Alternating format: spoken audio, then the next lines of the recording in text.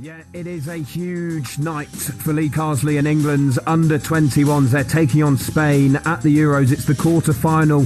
Maybe a bit of an underwhelming tournament so far, but they've made it through to this stage. And a lot is on the line tonight. Taking you through all of the action will be former England under-21 Darren Ambrose alongside Talksport's James Fielden. Ollie, thank you. Evening, everyone. England's winding tour around Slovakia has taken us into the town of Trnava and the Anton Malatinsky Stadium here. It is the quarter-final stage at the UEFA Under-21 Championship. And after a rocky group stage, to say the least, England have made it through to face Group A winners Spain in the last 8 in what is a repeat of the final 2 years ago, with the same 2 coaches still in charge. Well, this game has been labelled as a Clásico fixture by Spain boss Santi Denia. England's tournament play has been anything but classic so far. Labour performances, physically and mentally tired players. Something might have to give, and the level now has to go up a notch as well. After a win, draw and loss in the group stage, England faced Spain once again in a major tournament game at this level. And most recently they played out a 0-0 draw in a friendly last November in Spain, with only 6 starting then for England, who are even in the squad here in Slovakia. England now have to find their A-game and quick.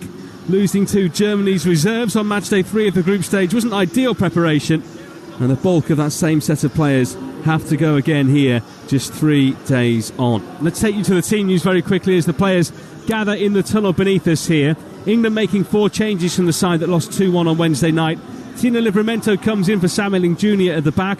Tyler Morton replaces Elliot Anderson. James McAtee comes back in for Ethan Waneri, who's on the bench. And Jay Stansfield starts for the first time as he replaces John Rowe, who's been used as the striker up until now. So England line up with Beadle in goal, Hinchelwood at right back, Cresswell, Quansah and Livramento the left back. Morton at the base of midfield with Scott and Elliott either side. McAtee will play off the right. Hutchinson will play wide left, given how they've started so far. And Stansfield starts through the middle, the Birmingham City striker. Well, Spain had the luxury of being able to change 10 of their players against Spain on matchday 3 here in this stadium, but they've made 9 changes today. It is the same team they fielded on matchday 2, bar Alberto Moleiro coming in for Pablo Torre, one of their key creative players. It's lead striker Mateo Joseph who leads the line. It's Iturbe in goal, Pubil, Terega, Mosquera and Wolves left back Hugo Bueno on the left hand side. Turrientes the captain and Javi Guerra the 2 at the base of midfield. Then Juanlu right, Lopez left and Moleiro plays 10 off Mateo Joseph, the Spain striker. Alongside me for this one is the former England under-21 international Darren Ambrose. We'll get to him very shortly because the players are working their way around the 2 national flags here that are on the pitch as the fans greet the 2 teams who have made their way into their positions. And that is because before we start this quarter-final tie here at the UEFA Under-21 Championship, we will now pause for the national anthems, and we start with England.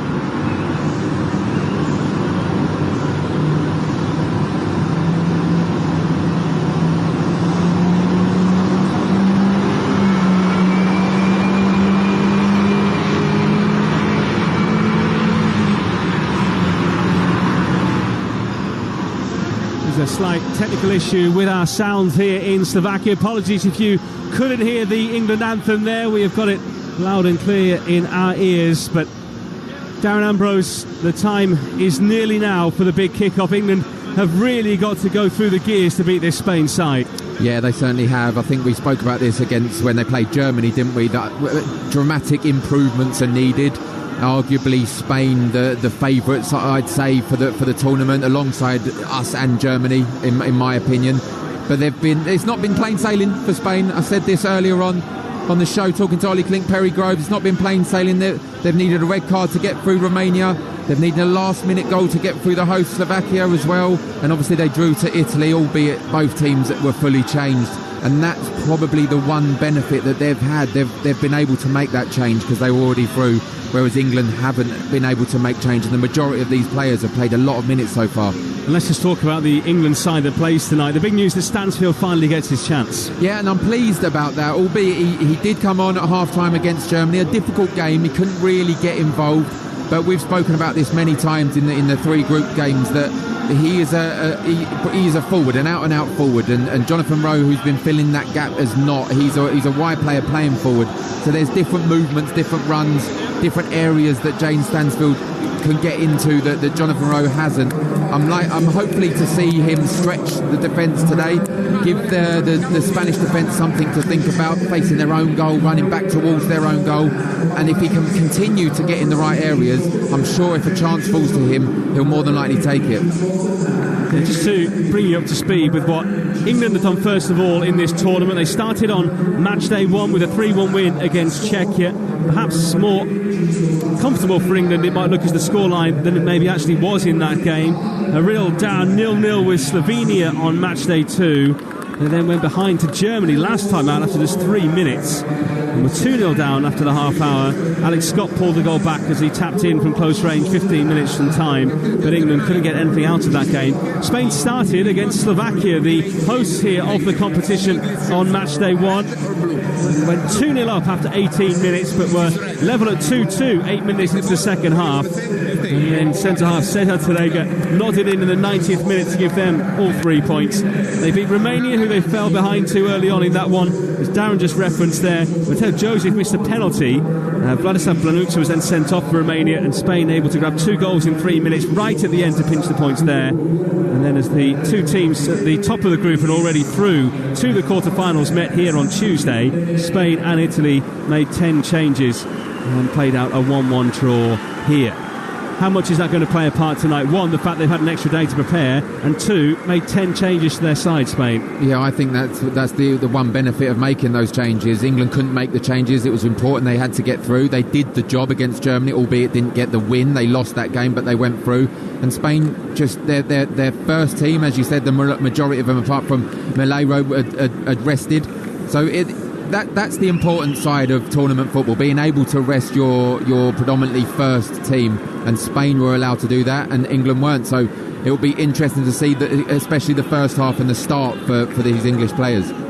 Well, interestingly here, after the coin toss with the referee who's from Italy, Simone Sozza, the teams have swapped ends here. So someone has seen something that they fancy about the opposite side of the field. England are going to get us underway. Spain are going to get us underway. So that would suggest that England have decided to switch things around here. Yeah, it seems like that. I'm interested to know the reasons why. I don't think we'll know that until the very end of this match. But, yeah, we'll see how this goes. Lee Carsley's under-21s need to take a massive step up if they don't want to be heading to Bratislava Airport in the morning. But Spain have never beaten England in a competitive fixture, and hopefully that doesn't change with Portugal or the Netherlands lying in wait in Wednesday's semi-finals. In fact, that game has just finished, so it will be the Netherlands in that semi-final match. They're waiting. They've beaten Portugal, who only had 10 men. So now England's turn. Back here with Iturbe. Spain trying to play their way out, England trying to get in their faces very quickly. Pitch in immaculate condition here. Lee Carsley has moaned a bit about the surface at the other stadium they've been playing at in Nitra, saying the grass was a little bit long and dry, but good conditions here. And Spain coming forward already down the left-hand side, approaching the edge of the England penalty area with Lopez. Plays into Joseph, back out to the left-hand side. Hugo Bueno measures a high cross in and nodded across goal. Spain with an early chance, and maybe one they should have done better with as well. Nodded over by Diego Lopez.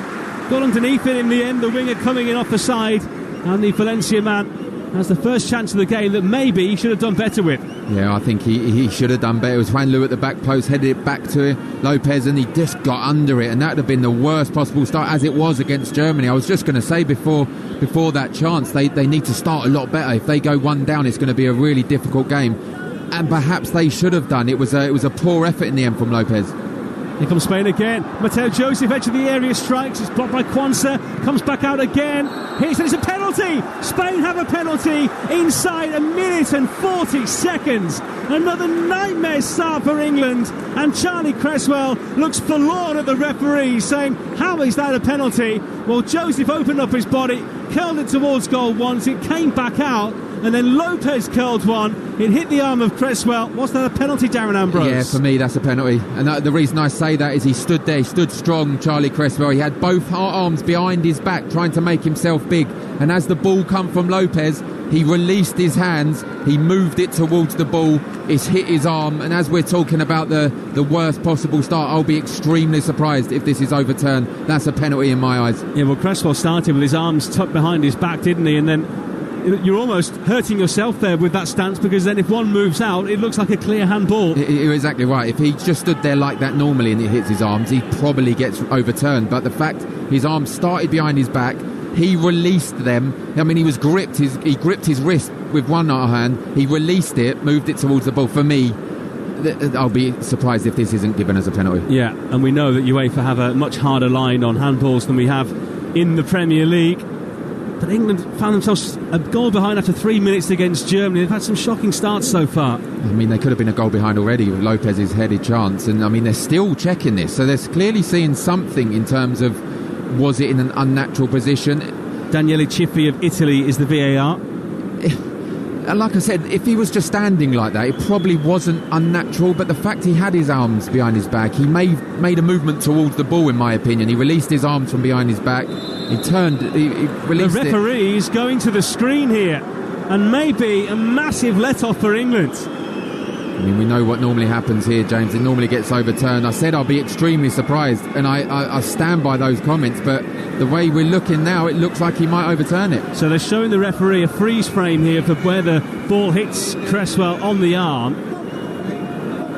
Now the referee's looking at the pictures. He was stuck with the VAR graphic initially, then showing Lopez curling one towards goal. I mean, in terms of the shot itself, it's not causing Beadle any problems, is it? It's not. It's going to land comfortably in his arms. But what they've not showed just yet, and they might do now, we're seeing the replays on our screens. They've shown it now, where he's released his hands, made a movement with his arm towards the ball. And the referee, walking away from the screen, makes the VAR symbol and says, no penalty. So England, I think we have to agree there, Darren Ambrose, with a massive let-off, and Spain absolutely furious that this decision has now been reversed. And Santi Denia, the Spain coach, is losing his mind on the touchline. Look, we've got to look at it impartially in this situation. If it was the other way round, we'd expecting that to be pointing to the penalty spot. We're seeing on our screens a replay of it once again. Charlie Cresswell is running off, fist pumping that it's not been given. I think he knows he's been lucky there. For me, that was a penalty. But look, they've got to get on with it now. It could have been the worst possible start, but it's not. They've been let off. This is the only UEFA tournament of the three going on this summer in the men's categories of under 17, under 19, under 21 that has VAR in operation. I think England pretty glad there that it was, because it's massively helped them out. The thing is with these tournaments, you never quite know what instructions the referees have had in terms of their interpretation of handball. It changes every single time, which is infuriating for fans. Yeah, I just look at the reaction of Charlie Cresswell, and I think he knew that was going to be given as a penalty, and when it wasn't, the reaction of him fist pumping, otherwise you'd be like, yeah, I told you it wasn't a penalty. He was delighted that wasn't given, and look, we're all delighted as English supporters. So Spain have to get on with it. Sometimes it's not their day in VAR, and today's that day. Elliott coming in off the right hand side, gives it away. Mosquera clears to the halfway line, where it's picked up by Hinshelwood. Now Quansah. England just in different positions here at the moment, trying to rotate round to get back into their natural areas. England on the right hand side with Elliott. Cresswell back inside his own half. Can England use that situation to their advantage here? Here comes Scott. Spain not too keen to close him down. Elliott again coming in off the right side. McAtee's playing left at the moment. Quansah, a man who's been heavily linked with a moved to Bayer Leverkusen. A number of the players in this tournament as a whole have had a lot of headlines written about them in recent times. Hundreds of scouts here watching on as well.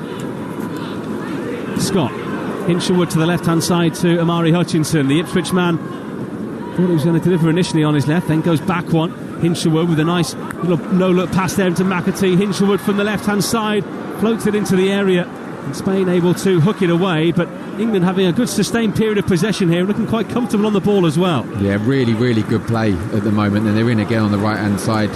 Nice ball by Scott to the right, where Elliott picks it up by the corner flag, running here at Bueno.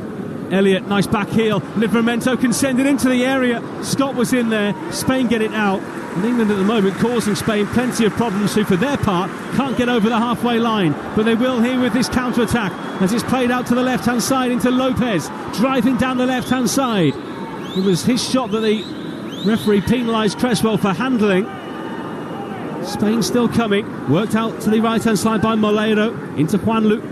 Tucks it back on to Marc Pubil, who's been playing in the second tier of Spanish football this season with Almeria, the only one in the Spain starting 11 not to have played top-flight football in the campaign just ended. Pubil, challenged quickly by Stansfield, dropping it, wins the ball. Stansfield won the ball, but Carsley was moaning to someone about something, not quite sure what he was disappointed with there, but England come forward. Elliott spreads the play out to the left-hand side. England haven't had this kind of space in any game they've played so far, really. And it's Hutchinson running here at Pubil on the left-hand side. Hutchinson floats a high one in, it's deflected, headed away by Mosquera. Back out to Scott, edge of the D. He'll go left here into Hinshelwood. Quansah again, just inside the Spain half.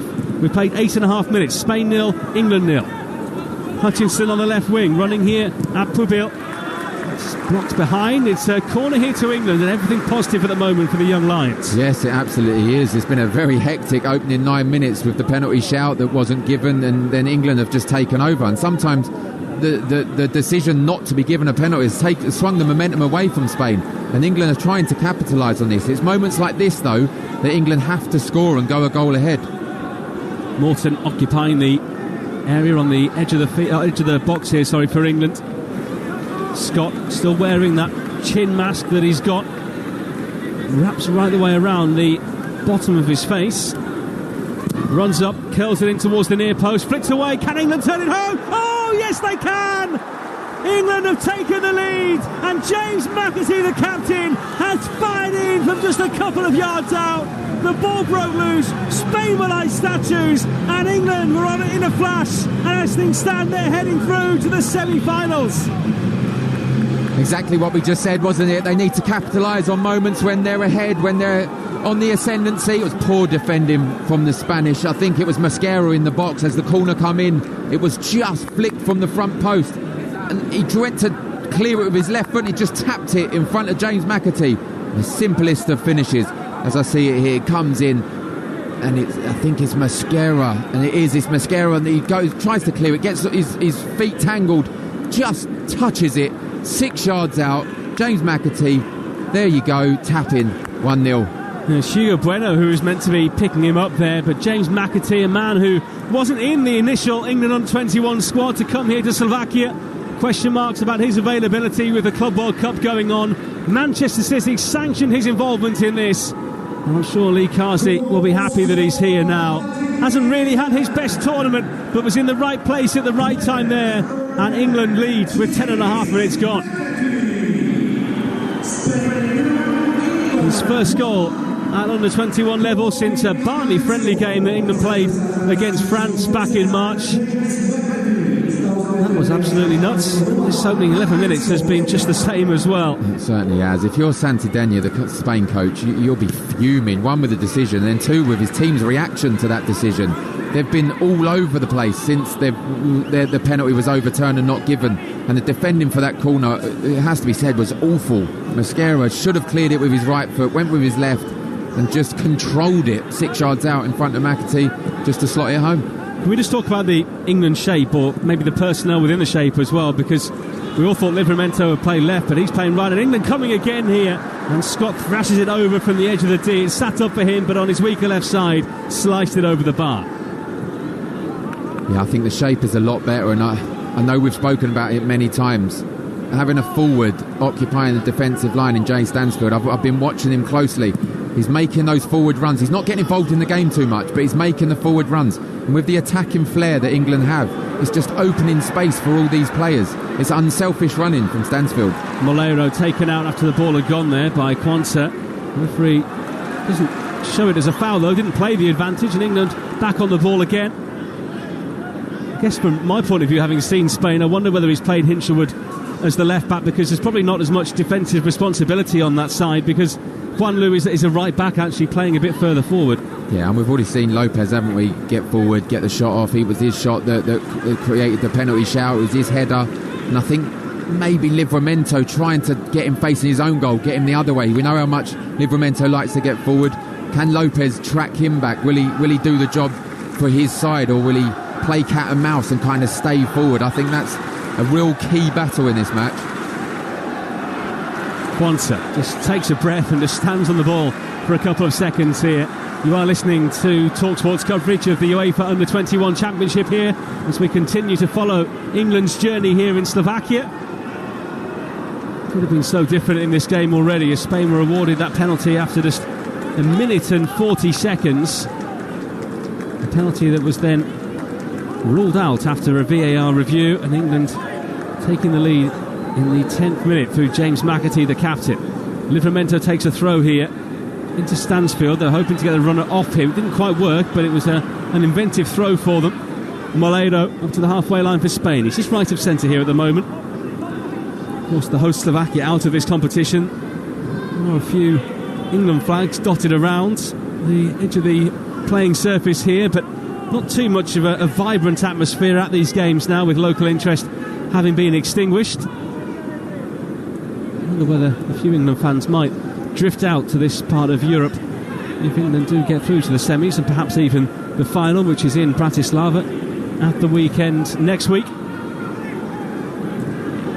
Played forward by Telega, gives it away as he was put under pressure there by Stansfield, and it's Quansah driving forward here for England. He could go all the way. Quansah hits it for range, it's spilled, and a tap in for Harvey Elliott. England lead by 2-0. And Lee Carsley's side really seizing their opportunities here tonight. That might be enough to see them through already. They've really hit Spain where it hurts here. They lead by 2-0. Wow, that's all I can say. What a contrast in the 3 group games to what we're seeing right now. As you said, as Quansah drove forward, it could have been so different with a penalty shout. It wasn't. Quansah picks the ball up, drives forward. He had an opportunity to pass it right. He didn't. He decided to shoot 20 yards out, 25 yards out. And Iturbe made the mistake again, the Spain goalkeeper. He's onside, Harvey Elliott, as Quansah shoots. The one thing you can't do as a goalkeeper is parry it right in front of the fullback, the forward. Needs to get that away from goal. He parries it 2 yards out. Harvey Elliott can't miss. 2-0. What a contrast, James. The goalkeeper's dived down to his right, hasn't he? But it's one of those where he's parried it back the other way, but in doing so has taken all the spin off the ball, and it's just sat there flat. He's got it all wrong, Iturbe. He's got it all wrong. As you said, he's dived down to his right. He didn't need to dive that far. That was the issue. It wasn't going too much into the corner. I think he's tried to hold on to it as opposed to parry it away from danger, and he's got it all wrong. He's come off his elbows and landed in front of Harvey Elliott. Quickest to react, Harvey Elliott. Got to give him credit for that. Quickest to react, and a simple tap in from a yard out. That's Elliott's 10th goal in his last 12 caps. He was their top scorer in qualifying to reach the finals here, and he grabs a goal in this match to add to the one he scored against Czechia in England's opening game of the competition. Maybe I was getting a little bit too excited there by saying it might be enough for England already, but Spain are going to have to really improve, and every time England come forward at the moment it looks like something's going to happen for them. And again, they've got 3 over here on the right hand side. McAtee bursting forward, goes out to Elliott, edge of the area, up against Bueno, back into McAtee, Livramento across, saved by Iturbe, and Lopez brings it away. This is stunning football here by England now.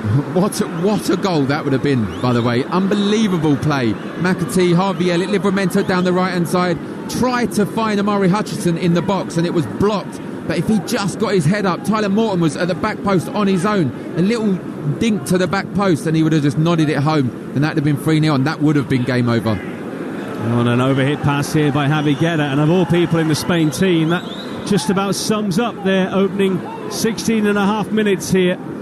Just seeing a replay of that chance again for England. Went near post there, Livramento could have just clipped it up high to the far where England had runners coming in as well. I mean, it was good save in the end of Turbo. I thought it was blocked by the defender, but Turbo got his leg to it, his right outstretched leg. Otherwise, Amari Hutchinson probably was tapping that in the middle. But as we said, Tyler Morton was free at the back post. But what play that was from England, and what a difference we've seen already in this match. England with a big switch of play here. It's an outer play by Pubil. But they're stretching the field so far and wide, aren't they?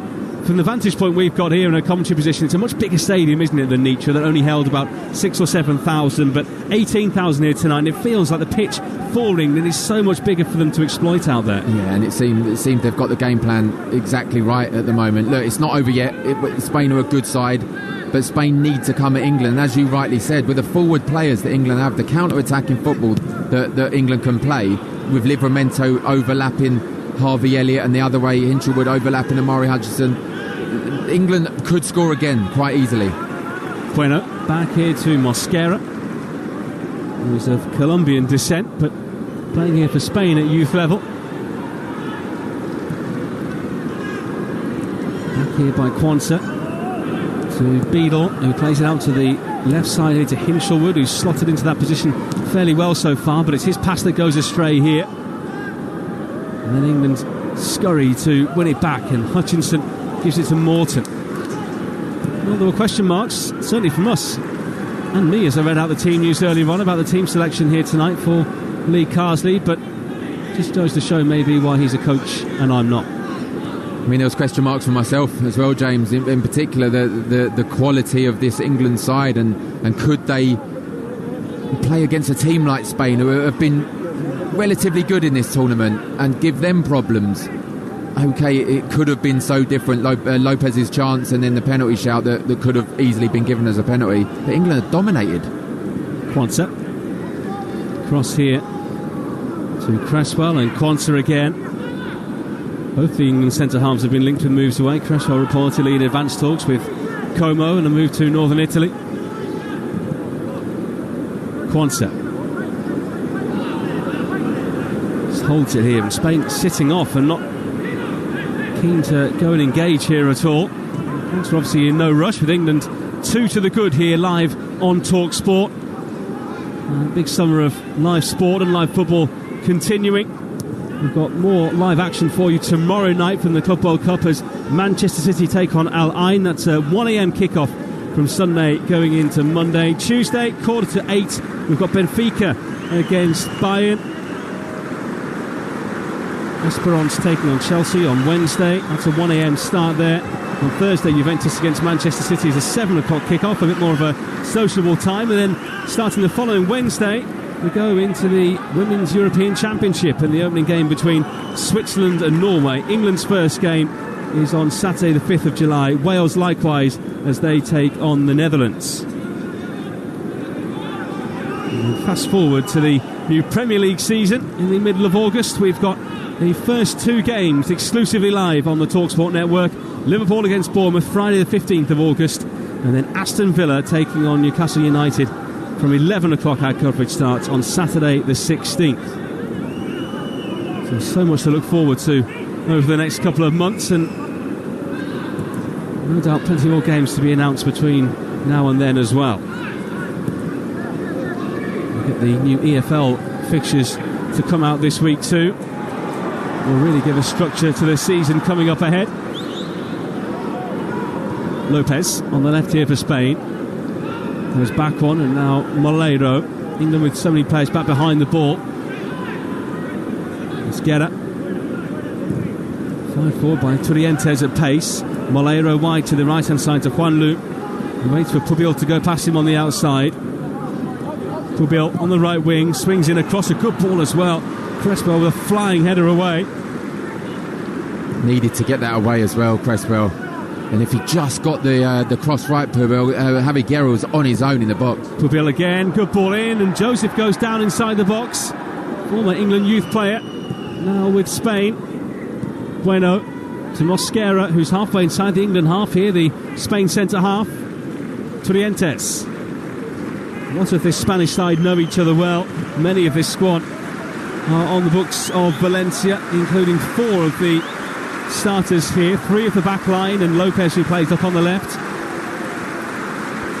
They played nearly half of this first half, and it's Spain 0, England 2. England with goals to Elliott and McAtee within just 5 minutes of one another. Here's Bueno on the left, a couple of step overs to get past Elliott and sent in the cross, but just like his previous effort, wildly overhit, and England back in possession again. Yeah, it's been all England since the opening 3 minutes. Since the penalty was overturned, it's been all England. They've dominated the match. They look threatening, dangerous on the attack. Jay Stansfield is working extremely hard, albeit not getting much in terms of goal-mouth action, but he's winning the ball back, winning possession for his team in his own half, and then allows the players to go forward and counter-attack. And like I said, I think England can comfortably score at least another 1 or 2 goals. England working their way forward again. Hutchinson takes it, turns, is able to play it back to Hinshelwood on the left wing. Running here, Juanlu has gone back with him. Hinshelwood plays it inside this time into Morton. Works his way into an advanced position. Scott, though, just takes some tempo out of the game and takes his time to turn and play it to Elliott, who now speeds it up and goes out to the right-hand side into McAtee. Back to Elliott again. Down the right-hand side to Livramento, who's playing on the right for the first time in this tournament. Elliott goes back. Cresswell, Scott, Cresswell, Quansah. England is playing it around in a neat little triangle here, just outside the centre circle, inside the Spain half. Scott on the left-hand side now, just 5 yards in from Santideña's technical area. He then goes down, he was fouled, and it's a free kick to England right in front of the Spanish bench, and it hasn't gone down too well at all. I'm wondering if that was Amari Hutchinson that took out Alex Scott there. And I say that because Amari Hutchinson looks in a bit of a bad way as well. I can't see anything that Pubil done wrong there. I think he ran into his own player, but the free kick's been given and it's all going England's way at the moment. So England hold on to it here on the left-hand side. We're pumping this one long. It's just not the style anymore. And a back heel by McAtee takes the free kick into Hinshelwood. Stroked across the park here by Scott into Cresswell. Quansah into Morton. England just playing it around here. No need for them to rush things at the moment. Morton, who didn't play a single league game in the season just gone, played 5 times for Liverpool's Under-21 side. He got a handful of appearances in the Cups as well, 5 in all across the League Cup, FA Cup and EFL Trophy. But always in the thoughts of Lee Carsley. Ball bent down the right-hand side here. Lopez has been caught out. Livramento again. Low ball in towards the near post. The goalkeeper, Kumature. Mosquera takes it away in front of him and puts it out of play for an England throw in line with the edge of the penalty area on the right-hand side. He is so good at that, Livramento. We've seen it throughout the tournament when he's played on the left-hand side. This time he's at his natural right-hand side. As soon as anyone gets the ball, I think it's Cresswell got the ball this time, he just goes, makes the run. If you find him, he's dangerous attacking into the opponent's box. Really love his driving runs forward. Pubil. And the right back position here for Spain. Interesting to see if their manager Santideña, who's already won European Championships at under-17 and under-19 level in 2017 and 2019, and won the gold at the Olympics last year, who's looking to complete the set here in Slovakia. I don't know if he might be forced almost into making changes at half-time to try and inject some life into this Spain side. They've looked so sloppy in everything they've done so far. But they've got it with Pubil on the right-hand side here. He's gone beyond Morton. Juanlu in the right wing position. Back to Moledo. Of Las Palmas. To the right-hand side. Juanlu looking to play a low ball in. Been able to block it away. Comes back to Trientes. Edge of the D. Squared to Guerra. Bueno on the left-hand side, who's just spent the season on loan at Feyenoord in Rotterdam. Lopez back to Mosquera, and England now have a level of luxury because they can play the game that's been played against them in the previous 2 matches. Absolutely, they're just in a good shape, and they're saying come and break us down, and Spain can't do that at the moment. It's a good possession, good passage of play from Spain, but just in front of the England defence. And once again we're seeing now James Stansfield working hard for his team, winning a free kick, taking pressure off, and they can just clear it and take their time as much as they can. So England free kick midway inside their own half, just a few yards in off the left-hand touchline. It's going to be taken here by Brighton's Jack Hinshelwood.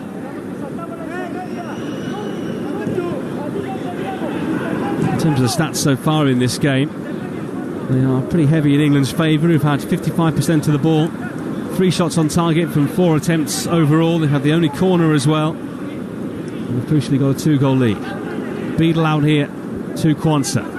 Into midfield he plays it, where it's picked up by McAtee, who's got a floating role in this side, which is working well for him so far, and the team of course. Back here by Scott to Beadle, who's put under pressure and gets it away in time to Quansah, and then Hinshelwood has to play it away as he's turning in the left back area. Picked up in the middle now by Scott, who plays it through, looking for the run there of Hutchinson, who probably would have been offside had he got onto it. It remains Spain 0, England 2, 28 minutes gone. Yeah, I agree. I think he just went a little bit too early. If the ball was right, he'd have been called back for offside. But I just don't think Santidena and the Spanish side see this coming with England. If they'd have watched the game, the tournament and the group stage so far, they wouldn't have seen the fast start, the good passage of play that they've been playing. And I think this has shocked them. And as you said, we might see changes at half time. Do you see Lee Carsley as a motivational figure? He's quite, when he talks to the media at least, and we have to admit, very different talking to the media compared to being in the dressing rooms. I'm sure you'll testify. But do you see him as being that, not necessarily a ranter and raver, but a player that can, a manager that the players can really be inspired by? Well, look, I agree with you. Just looking at his persona in around the media and from what we see in the public eye, it doesn't look like he could be. Here comes Spain down the right. Pubil can cross from the right-hand side, blocked by Morton, and Spain have a corner. Yeah, it doesn't look like it could be, but you don't get to manage the England national team, even albeit just for a short period, without having something about you in the changing room and some inspiring words. And what this team has shown me already, that he probably has got that, because I didn't see this in terms of the performance of England today. I thought they would really struggle, and they proved me wrong. Spain's first corner, Torrientes rolls it down the right-hand side.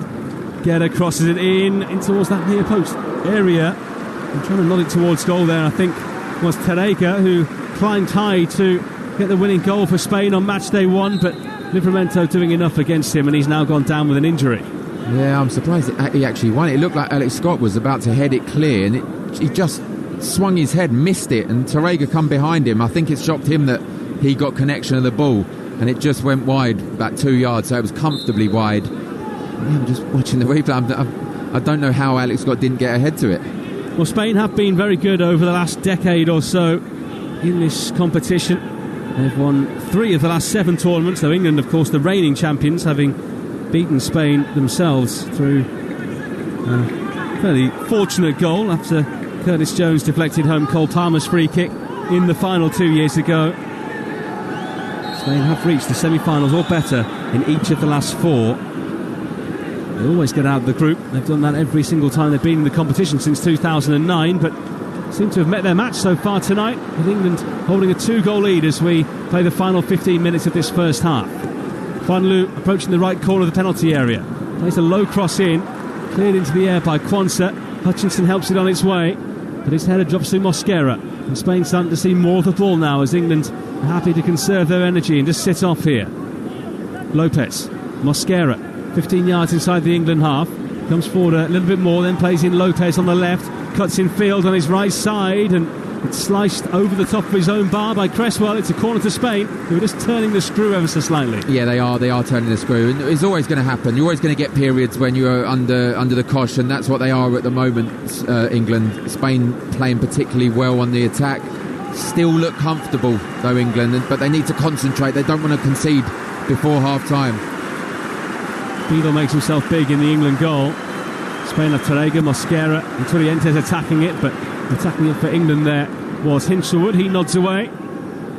Good with his head in both boxes. And Spain have to go all the way back to Alejandro Iturbe of Atletico Madrid. And the goalkeeper stands there in a motionless position with his foot on the ball, and then just hammers it out of play in front of us here. And Lee Carsley puts his arms up in the air to applaud his defence, who he's fairly happy with at the moment. The shape is brilliant at the moment. We haven't seen this throughout the tournament, but we did say, didn't we, that they'd done the job in the group, they got through. And this is the team we expected to see all tournament, and Iturbe there with a poor delivery. Started off in his distribution was relatively good, but you can just tell they're panicking at the moment, Spain.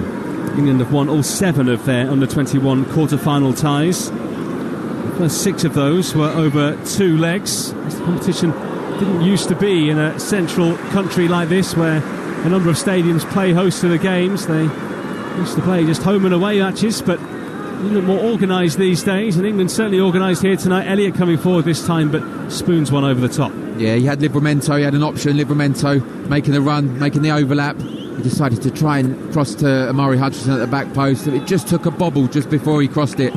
Ended up going over the crossbar. Spain in possession. Inside their own half. England will be desperate to get to half-time with this 2-goal buffer intact.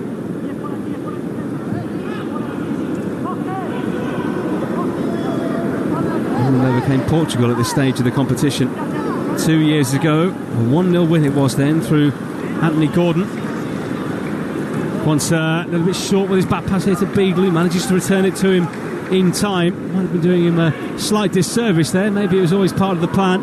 Beagle well away from his goal and playing a nice reverse ball into Morton, who carries it into midfield, but then a heavy challenge from Morton has taken out the Spain player, and the yellow card's out already from Simone Sosa. Yeah, it was a poor challenge, Tyler Morton. It was one of those when he was dribbling out, he just overran the ball and just dived in. I think he's lucky that it was 1 foot. It was studs up, it was 1 foot, it wasn't high. And he picked up the yellow card. It was a bit of a cruncher there. He almost slid on his knees in the end, Morton. Didn't make contact with his foot, did he? It was an awkward challenge. Yeah, I mean, from the angle we initially see from up here, it looked like he got him with 1 foot in terms of studs. But no, he pulled out, and that's probably saved him, really, in terms of if he'd have gone full out with his studs, maybe he'd have been in more trouble. Just caught him with his knee, you're right. Yeah, he's almost done a power slide into his man there. Not the time and the place. Spain have it, as they have done really for the last 10, maybe going on 15 minutes now, but England are quite happy with the way this game is playing. It's a Spain throw, and it goes back here to Tarrega inside his own half. Mosquera is always square of him and takes it off him. Back out to the right-hand side, Tarrega. Another of the Valencia contingent. One of the older players at the age of 23 as well. As long as you were under 21 at the start of the qualification campaign, you are eligible to be playing here. Turientes. Back to Mosquera. Spain inside their own half, and we've played 35 minutes here on Talksport. Spain under 21s 0, England 2. Goals earlier on in the piece from McAtee and Elliott, both from just a few yards out. McAtee. Cresswell returns it to Beadle again. England will take that risk, won't they? Because they want to invite Spain onto them and quickly play their way forward, which they've managed to do here. But the ball towards Hutchinson wasn't good. And Spain back on possession now. Yeah, they're so neat and tidy. I think James Beadle is doing particularly well in goal. As soon as the ball's back to him, he's under pressure from the Spanish forwards. And he doesn't panic, puts his foot on it, draws them in and finds the spare man. Pubil. To Tarrega, forces it past a number of England players, and now Juan Lu on the right hand side. Always wants support to come with him. Doesn't look the most natural of right sided players. Spain have it now with Javi Guerra, edge of the D, twisting and turning, trying to find space for a shot. A towering midfielder goes out to the right hand side into Moledo, who's popping up all over the place for Spain in that number 10 position. Tarrega. Mosquera only 30 yards from goal here. Nutmegs the referee and plays it to the left hand side into Hugo Bueno. Mosquera. Lopez back to Bueno, whose nickname is Kinder. In he comes. Still Hugo Bueno on his left foot, edge of the area. Molero helps it in, and Scott will chest it down and look for a ball out here. He's overplayed it slightly. Spain have it with Joseph. Molero, edge of the area. Good feet, goes down, and it's another penalty to Spain. And there can be no contesting this one, surely. And England only have themselves to blame. Overplaying, too confident, and they've been caught out. And surely this time, this one is not going to be overturned with the help of VAR. No, it won't be. It won't be. It's a flailing leg, as I'm just watching the screen. But it's lovely for Torrientes. It's Quanta, who's clipped Molero. Yeah, it's not Torrientes, sorry, it's Molero, and it's great footwork. But as you said, it's their own fault. It's Quanta. He just stuck his leg out, and it's 100% a penalty. This one won't be overturned. I don't think the other one should have, but so who knows? This one shouldn't though. But it's their own fault. They're trying to overplay. I was going to say when you next coming to me, but they still looked relatively comfortable. But losing it just outside your box, you can't do that against the quality that we have here in the Spanish side. It's already check complete. This Spain penalty is going to stand. Now, this is interesting. Mateo Joseph is holding the ball at the moment. Of course, in the modern day, that is often a shield almost for the player who is actually going to take it. He took a penalty against Romania and missed it. The first penalty taken of his senior career, albeit at under-21 level, but since he turned pro, that was the first penalty he'd taken. But Javi Guerra is going to get the responsibility this time. Yeah, I think if you're Mateo Joseph, you'd want to take it as well. You'd want to put right some wrongs in terms of the penalty miss, but no, he's handed it over to Javi Guerra, probably their most creative player, most naturally gifted player in my opinion. James Beadle would have done his homework though. Well, Guerra has only scored once for the 21s, that in a friendly victory against Denmark in November last year. Standing against him is James Beadle. Can the man who spent the season on loan at Sheffield Wednesday make himself big here? The goal looks absolutely huge, in no small part due to the fact that the nets go back as far as, well, probably either Wembley now or as they used to do at the is it the Riazor, where Deportivo La Coruña used to play. They have to go back far, nets don't they? There. Huge. It's got to be some power to just reach the back of the goal, back of the net. Anyway, the ball has been replaced on the spot. The referee not quite happy with the placing of it. There's been a big wait here for Javi Guerra, who could pull Spain back into this. Steps up to the ball now and rolls it home as Beadle goes the other way. And Spain have a foothold back in this quarter-final tie again. Just as England were looking so comfortable, La Rojita have made it 2-1. Yeah, it's a lovely penalty. Javi Guerra, lovely penalty. Cool, calm, collected. Waited for James Beadle to dive to his right, and he just slotted it bottom corner the other direction, sent him the wrong way. Really good penalty. And Spain, even if they go into half time 2-1 down, they'll have something to work with here. England are probably going to have to come out of their shell a little bit more. It was never likely to be one-way traffic for them here tonight. And that's the first thing that's gone against them really this evening. And they come again here, Spain. Guerra, edge of the penalty area, he strikes! Oh, I thought that was heading towards the top corner. It veers just away from goal in the end. But we can see by his reaction here with his head in his hands, he knows just how close that was. Yeah, he was, 20 yards out, and I think he was attacking. He was looking for a movement, looking for Joseph's movement in the box, and it didn't come, so he decided to take it on himself. I think if he just a little bit lower, a little bit to his left, and that would have nestled into the top corner. I think England need to stay calm now, stay patient. Don't want to concede again in the next 5 minutes. Hutchinson on the left-hand side here for England. He's got the pace to take on Pubil, but he goes down here holding his head, and Pubil just managed to put a foot on the ball and win it back very easily. Spain in possession as England essentially play with 10, and Hutchinson holding his head, so in a way the referee's duty, duly obliged here to stop the game, but play goes on instead. Torrientes, and actually play now is stopped, and Torrientes actually put his foot on the ball there. I'm not sure whether the referee made a signal as though to say he was going to stop the game, but either way it has now been stopped, and Hutchinson will get some treatment. Yeah, I'm interested to see the replay to this, because initially it didn't look like it was his head. It looked like he just got tackled and maybe was caught by a flailing boot. I mean, Santadenio is right in front of him, and he was surprised as anyone that the game was stopped. They're checking Amari Hutchinson over at the moment. because I'm just seeing the replay now. There was a good challenge. I think it might have been his knee or his shin that's caught him.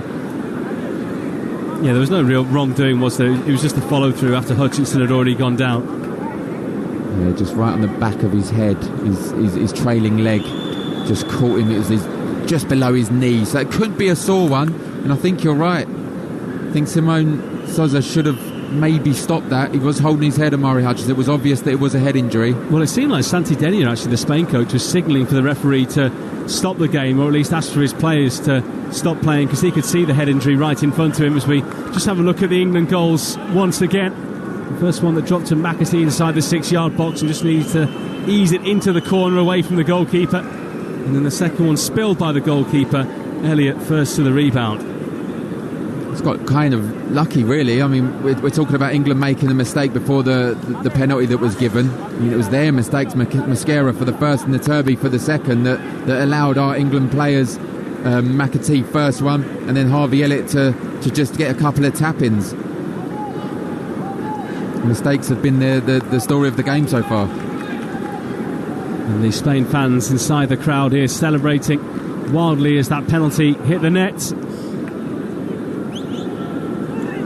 Do you think the game had turned this way and that Spain was seeing a lot more of the ball because of the fact England had a 2-goal lead, or do you think that this game's now going to continue in this fashion? I think it will continue in this fashion now. I think I always think, and I've always said it, that the 2-0 is a dangerous scoreline, because you tend to sit back and invite pressure. We see Germany do it the other day. England couldn't capitalise on it, ended up only scoring 1. But if you keep inviting pressure with players against players of this quality, you're going to concede. 2 minutes to go in the first half, and Spain coming forward. Bueno inside the box, better cross this time. Juanlu was in there, but so was Hinshelwood to head away for England. Guerra tries to touch it down, and at the moment Stansfield is just a man chasing shadows at the front end of the field for England. Now gets his foot on the ball and finds Elliott, and makes his run down the right hand side, but Elliott doesn't want to find him. Stansfield wasn't really ahead of his man there, and in the end it's gone out off Elliott. It's a throw into Spain. There seems a bit of frustration in the England players' faces at the moment. They don't really need to. If they can keep the scoreline as it is now and get to half-time, they can regroup and go again. It was a fantastic opening 25 minutes. Spain have taken over since then. They've got their goal, but they're still in the lead, England. They're still okay. Well, it's going to be a little bit, well, I say a little bit, probably actually a fair amount of added time at the end of this first half. 2 lengthy VAR reviews for the 2 penalties that were given. And the injury that we just had to Hutchinson as well. Spain just playing it from side to side here at the moment inside their own half. Moleiro down the right hand side into Juanlu, who does a little pirouette and manages to find a path out into Turrientes. Pubil down the right hand side, scoops it forward over the head of Quansah. Nicely taken down by Joseph. Angle tight on the right, hit the arm there of Cresswell again. That's not going to be a penalty, but cushioned back and fired through the gap there by Turrientes. Great block it was by Alex Scott to get in the way. Yeah, it was a really, really good block. Put his body on the line for his side. Looked like it was heading towards the goal. Turrientes looked like he blocked it. I know we've got a potential penalty check here. I think they do that with everything, don't they, nowadays, as we're seeing the replay here. It hit the leg of Cresswell as he kind of crouched down to block the shot and spun up onto his arm. And then it was blocked by Scott's leg, and it will be a throw-in here to Spain right by the corner flag. 5 minutes of additional time here at the Anton Malatinsky Stadium in Trnava, here in western Slovakia, 29 miles northeast of Bratislava. Lopez crossing from deep here for Spain. Beadle comes a long way and grabs the ball. I was worried he was going to drop it then, because he found himself almost on top of a group of players, but safe hands Beadle holds on. Yeah, it was a really good catch. James Beadle was Turrientes, Spain captain, that was coming in just to, if in case he dropped it, he just held on to it. Really, really good hand. Quansah forward into Hutchinson, trying to shield it, trying to hold it, but lost it. But England back on it now with Stansfield. He's having to plough a lone furrow here down the left wing because he's got no one up in support at all. And in the end, well, I thought he'd want to throw for his side, but it actually goes Spain's way. Yeah, I agree with you. I thought that should have gone England's way. The Pubil picked it up, Spanish right back picked it up, threw it straight away, and they just seemed to say, yeah, okay, that's your ball. Cifuentes. He plays for Real Sociedad. Back to Mosquera on the halfway line here for Spain. Tips a high ball looking for the run of Joseph over the top. Livramento is there. Spain have shown their threats, but I don't think Joseph is really one of them straight through the middle, is he? He's occupying a space, but England don't have to be too wary of him. Yeah, he kind of remind me of when Jonathan Rowe was playing in the England front line. He's not really doing much. He's working hard, but he's not really getting any areas, not really allowing the midfielders to come and play either. I'd be surprised if we don't see a change in the second half. Well, Joseph actually scored 5 goals in 4 qualifying games to reach the finals here, including a hat-trick against Kazakhstan in October. Thought the goal was going to come under threat there, but Lee Carsley's side worked their way forward. Hinshelwood into McAtee. Checks, goes back one on halfway, and England just need to get through to half-time now, I think. Morton. The defeat for England against Germany last time out was their first in 10 matches in the finals. Of course, went through without conceding a single goal 2 years ago. Hasn't quite been the same story this time around, but have shown in patches they've got plenty of creativity in the final third. Quansah. McAtee finds a patch of space on the left-hand side in front of us here. We've played nearly 3 minutes of the 5 added on. And England just playing keep ball. Exactly what they should be doing at the moment. Just play keep ball, no mistakes, don't give anything away cheaply, and let's just get to half-time. One ball over the top here, trying to release Stansfield, and Stansfield might get there down the right. Iturbe came off his line to grab it. I don't know whether Stansfield should have done better there, or maybe gone in for the challenge, but just didn't stick a foot out to try and take it down out of the sky. It was one club too strong, weren't it? That's what that was. Charlie Cresswell if you take a tiny bit off of it, it would have landed perfectly in front of Stansfield. Instead, it just bounced and landed in Iturbe's arms. Hutchinson trying to be a bit clever there. Lost it, but England have it back with Hinshelwood. He's not trying to be clever in that left-back position, knows when he's got to get it away. And knocked it, fortunately, they're off. Juan-Lu out of play for a England throw in the left-back position. It's another warm evening here in Slovakia. Temperature around 22 or 23 degrees at kick-off. Not quite as humid as it has been in the UK over the course of the last few days. And then with the throw, we've got 60 seconds to go in this first half. England working up a sweat, but did plenty of heavy lifting inside the opening 15 minutes when they got their goals. Thrown down the line here into Stansfield. Doesn't really have too much physicality against the Spanish defenders. England not returning Spain the ball here, which the referee's not impressed with as he checks his watch. Terega puts his foot on it and takes a quick free kick into Mosquera. And now Guerra receives it off the back line and looks immediately forward as to where he can play the ball, but it's a safe pass instead. Square into Mosquera. Guerra drops into the back line to give the two full-backs a bit more licence to attack down the sides, and Bueno has played in. Lopez here on the left wing returns it towards Bueno, but Livramento there to play it away for England. Elliott into his own area to Morton, and down the right hand side there in towards Stansfield. But there is the half-time whistle on what has been a very eventful first 45 minutes here in Trnava. Spain given a very early penalty, and after a VAR check had it taken away again, and then McAtee scoring from a corner. Bit of afters here at the half-time whistle, the players mouthing off at each other.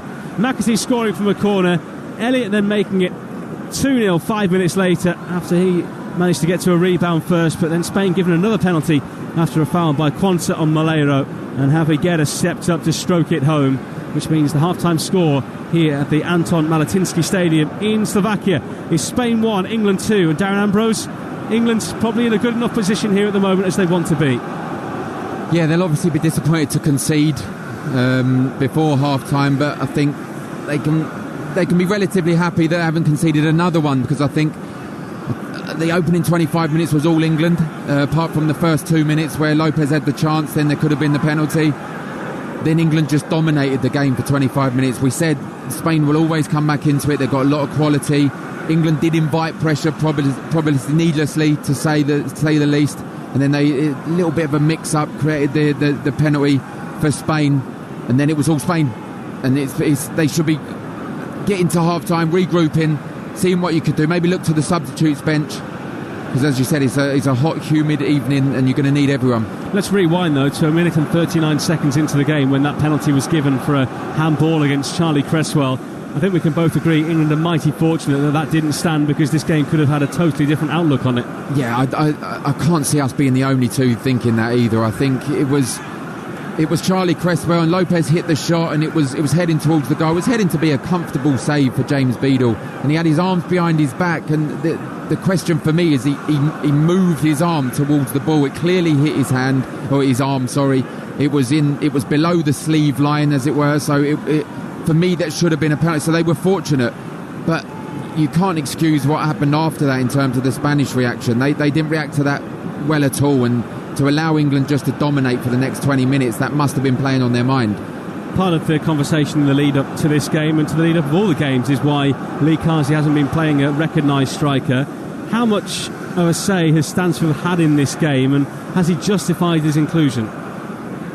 I think he has. He, in terms of how much he's had involvement in the game, not much. He's working extremely hard for his team. He's winning the ball back when Spain are on the attack. He's kind of the first line of defence, and he's playing really well in that matter.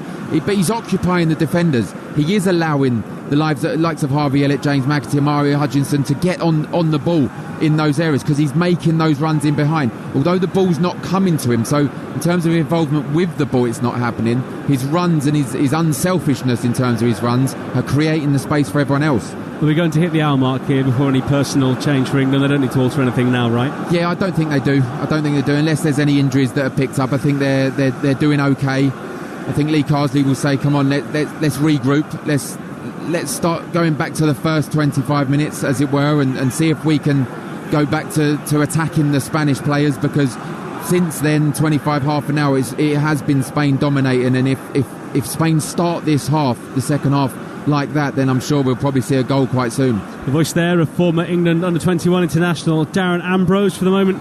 Thank you. Well, Sean Dyche was on Talksport earlier today and discussed everything from the art of a team talk, partying with Rick Astley at Glastonbury, and some great stories about being the reason Pep Guardiola did not try and sign Lionel Messi.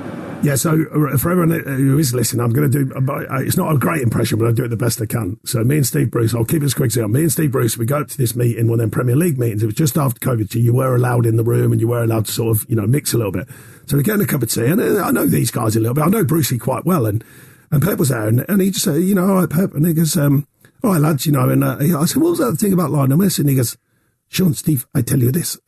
Lionel, he said, no way can he come to Manchester City. So me and Brucey look at me, because I tell Lionel, it rains. It rains and rains. And when it stops raining, I won't use the word he used, it rains again. And it just starts raining. And then he goes, Lionel, on a Monday night, you have to go to Burnley with Sean's teams. And they go bang, bang, bang, bang, bang. I mean, Brucey was crying. And he said, I tell him, Sean, you will go bang, bang, bang. And I went, and that's exactly what we're going to do, Pep. So you've warned him correctly.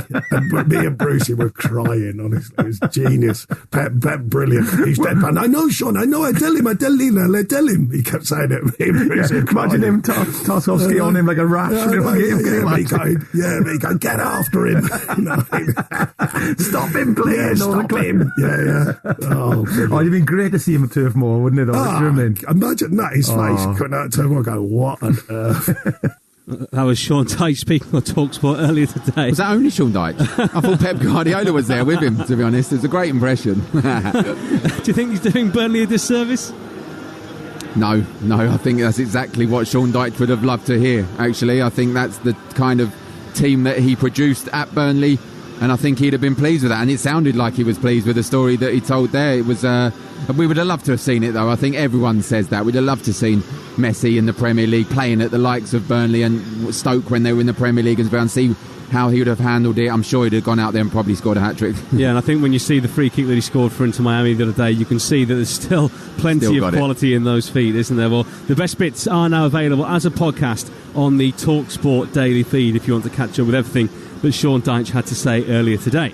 Well, meanwhile, the latest podcast from the After the Lights Go Out series is now available to download from all your usual podcast providers. It features England Rugby Union great James Haskell, who discusses several topics with Steve Harmison and Leon McKenzie, one of which was about the lack of self-belief that has affected him during his life. I remember the first therapy session I had. I sat there and the lady said to me, so, right, remind me of a game that you've played well in. And I was like, I literally couldn't. And she went, what do you mean? You're a professional athlete? And I couldn't.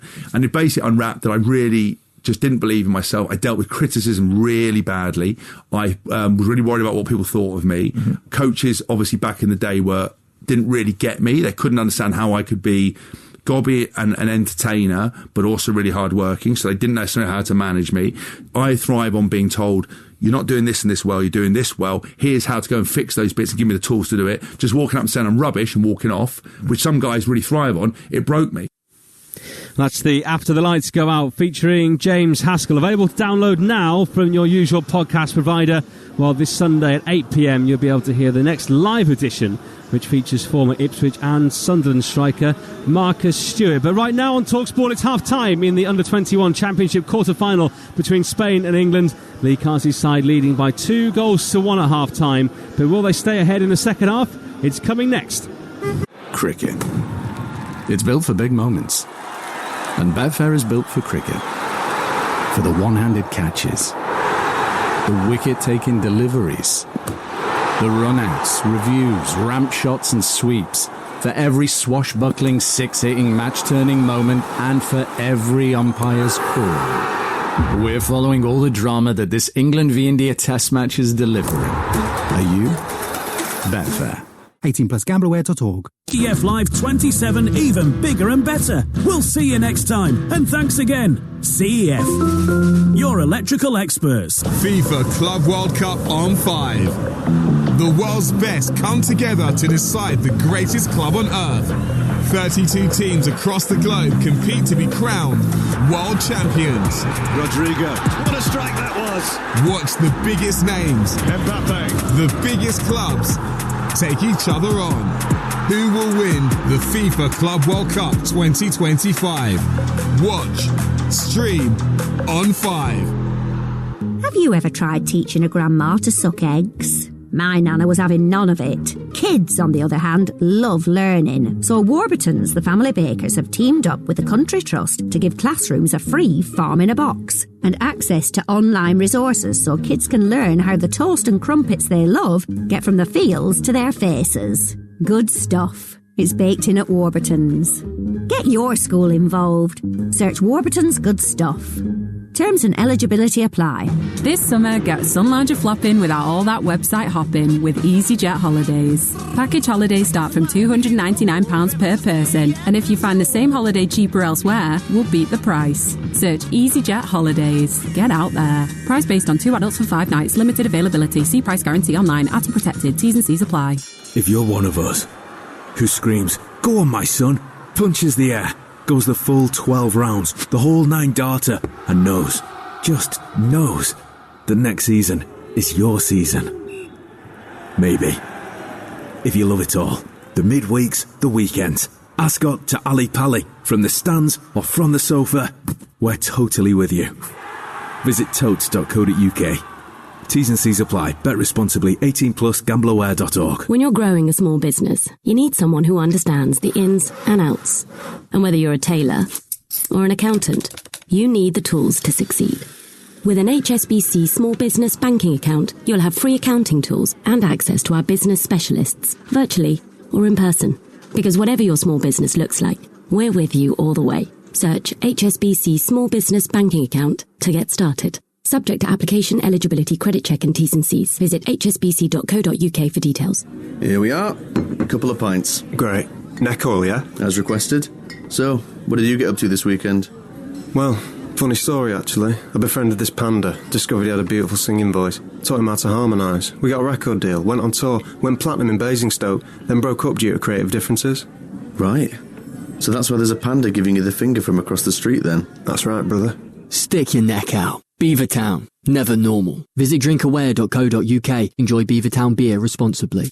B&Q and Trade Point's Big You Can Do It sale is back. Save big with loads of unmissable summer deals in-store and online. You can do it when you B&Q it. ends 1st of July. It's a sizzling summer of international football. What a hit! The Under-21s European Championship 2025. Live on Talksport. England now have to find their A game and quick. Losing to Germany's reserves on match day 3 of the group stage wasn't ideal preparation. Spain again. Mateo Joseph, edge of the area, strikes. It's blocked by Quansah. Comes back out again. Here's a penalty. Spain have a penalty inside 1 minute and 40 seconds. Hit his arm, and as we're talking about the worst possible start, I'll be extremely surprised if this is overturned. The referee is going to the screen here. And maybe a massive let-off for England. No penalty. The decision not to be given a penalty has swung the momentum away from Spain. Moments like this, though, that England have to score and go a goal ahead. Scott still wearing that chin mask that he's got. Hurls it in towards the near post. Flicks away. Can England turn it home? Oh, yes, they can. And James McAtee, the captain, has fired in from just a couple of yards out. Quansah driving forward here for England. He could go all the way. Quansah hits it for range. It's spilled. And a tap in for Harvey Elliott. England lead by 2-0. Wow, that's all I can say. What a contrast in the 3 group games to what we're seeing right now. Molero, edge of the area, good feet, goes down, and it's another penalty to Spain. This one is not going to be overturned with the help of VAR. Been a big wait here for Javi Guerra, who could pull Spain back into this. Steps up to the ball now and rolls it home as Beale goes the other way. And Spain have a foothold back in this quarter-final tie again. So there we go. At half-time, it is Spain Under-21s 1, England 2, and Spain are just gathering back in the tunnel here. We did have 5 minutes of additional time at the end of the first half, but it looks like Spain have been sent out a little bit early, Darren Ambrose. Yeah, it does look that way. Maybe some stern words have been said, maybe not. Maybe it's just get out. The manager is already out there as well, already taken his seat. There's no sign of the England players just yet. They're just arriving, I think. I can't see, I know you spoke about that before, I can't see there being many changes.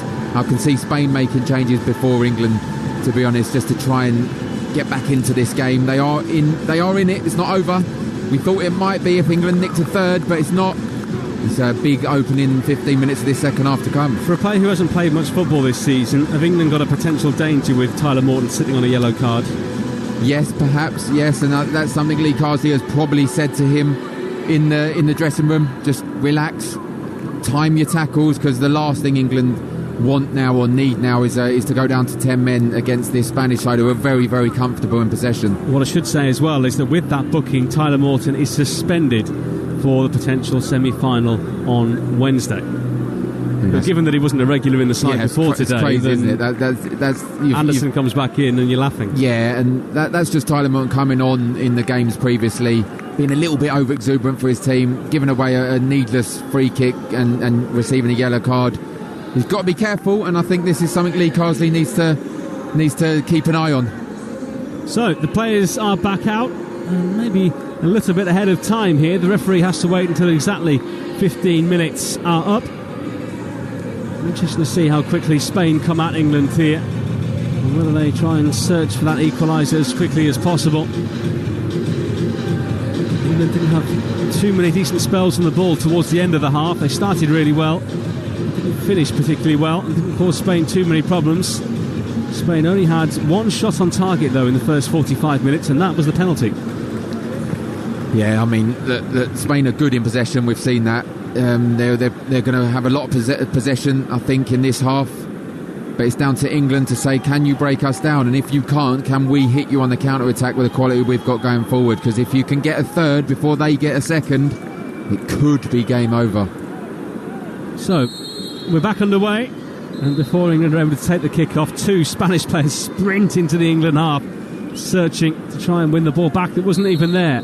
Now we get it underway, and it goes back to Cresswell, who plays a long high ball up onto the left-hand side, forcing Pubil to head it clear under pressure from Hutchinson. Remember, if it does finish level, and we are set for extra time and possibly penalties at the end of this one,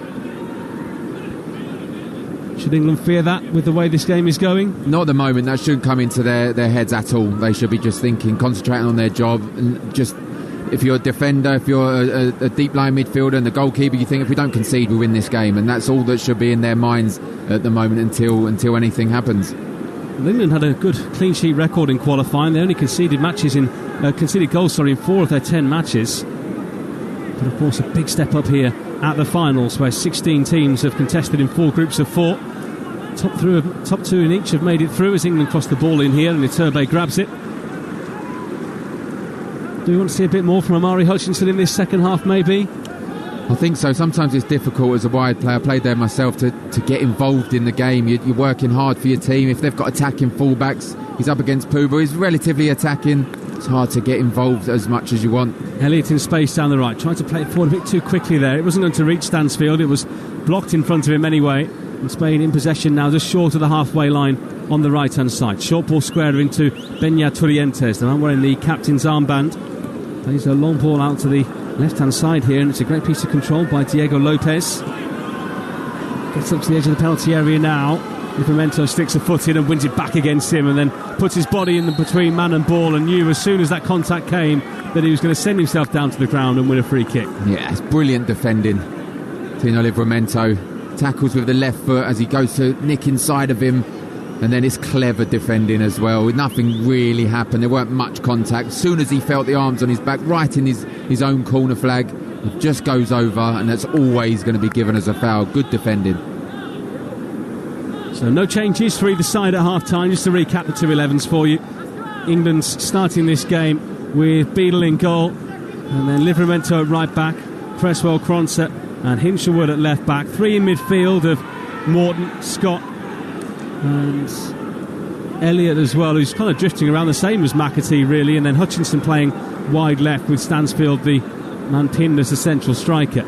Edge of the area here is Hutchinson, back to goal, lovely back heel, England in again with Stansfield, who strikes, and it was deflected over the top of the bar. That was genius there from England, but Stansfield just couldn't get his shot away before the deflection came. Oh, it was absolutely brilliant stuff from Omari Hutchinson. Another good run forward for Jarell Quansah. Finds Omari Hutchinson, goes in on his right foot, plays a lovely back heel, 3 defenders out the way, and then it was deflected over by Torreira. But I'm just watching the replay now. 3 or 4 Spanish defenders got sold. It weren't Torreira. It was Torreira just missed. It was Mosquera coming in behind him. Just deflected it over the bar. That would have been an unbelievable goal. And that could have finished it as well. England corner on the right here. Plenty of England flags behind the goal, including a West Bromwich Albion Smethwick one. High ball towards the far post here. Nodded back into the box by Quansah. Iturbe grabs it. Still more quarter-final action to come in this competition tomorrow. Already today it's finished Portugal 0, the Netherlands 1. Mark van Bommelsson was sent off in that game. That just puts some numbers on your age, doesn't it? He was sent off. Portugal missed a penalty through Sporting's Giovanni Quenda. And then a goal 6 minutes from time from Ernest Poku, securing the win for the Netherlands. While tomorrow it's Denmark against France. It's Germany against Italy. Germany, who won England's group, and Italy, who came second to Spain in their group.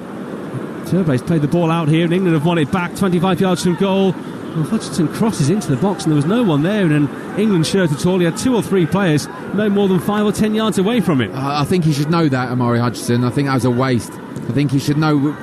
Jay Stansfield wins it up real high, finds Omari Hutchinson. He'll know no one's going to be in the box, because it's the Spanish defence that Iturbe that made the mistake. Probably better off just getting it on his left foot and having a shot. On the right-hand side, England showing great pace, and Stansfield onto it here. A bit of confusion between he and Livramento. The two weren't quite sure who was going to get to the ball. Livramento certainly had the flight of his run there. He was flying down the right-hand side. Stansfield took it, and Mosquera blocked it behind for a corner. I think Livramento thought that Stansfield was offside. I did, and when I just see the replay, Puba was playing him on right on the far side. So I think he was shouting, just leave it, otherwise he's going to give offside.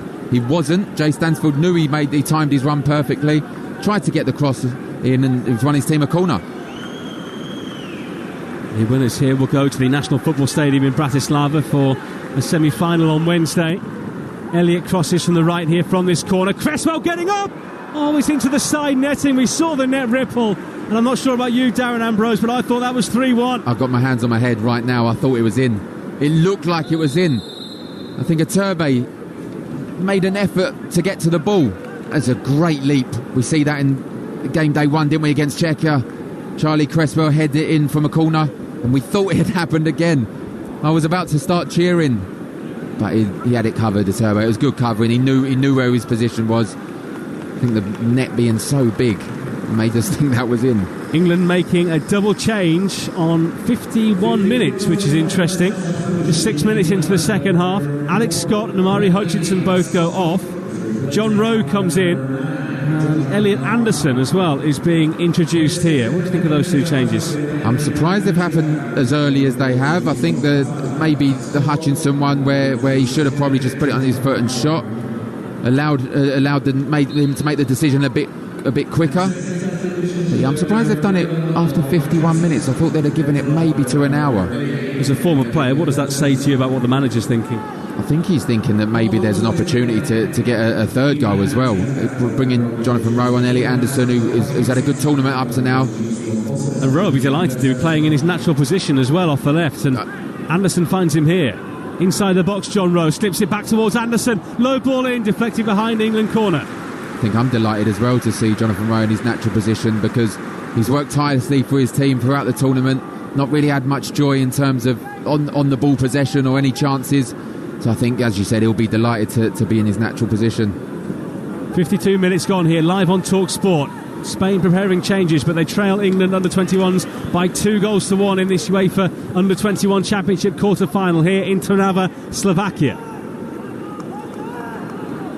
Looks like there are going to be at least 2 changes here for Spain. Hadagitha, one of those.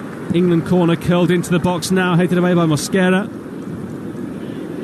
Back towards the edge of the box again. Torrientes this time helps it out. On by Lopez into Moledo, who's looking for runners ahead of him here and plays it high towards the middle, and Joseph, but Livramento does well. Helped on there then by Hinshelwood in midfield. He's a really calm player, isn't he? Nothing really phases him. Yeah, I think both fullbacks are like that at the moment, especially when they come inverted. Rowe's gone past 2 as he moves from the left side to the right. He's got it back here off Livramento. Rowe, Elliot trying to help it into Livramento, but England have a throw on the right-hand side. It's been a good start to the second half by England. We expected Spain to come out fast, to try and start the half as they ended the first half. It's not, it's been England, all England again. Elliot. It's Livramento who prods it out of play, and the referee wasn't sure there. I think between them, he and the assistant down in front of us have guessed that one, but England do now have a throw after great pressure by Stansfield. And it's 10 yards up from the corner flag on the right-hand side.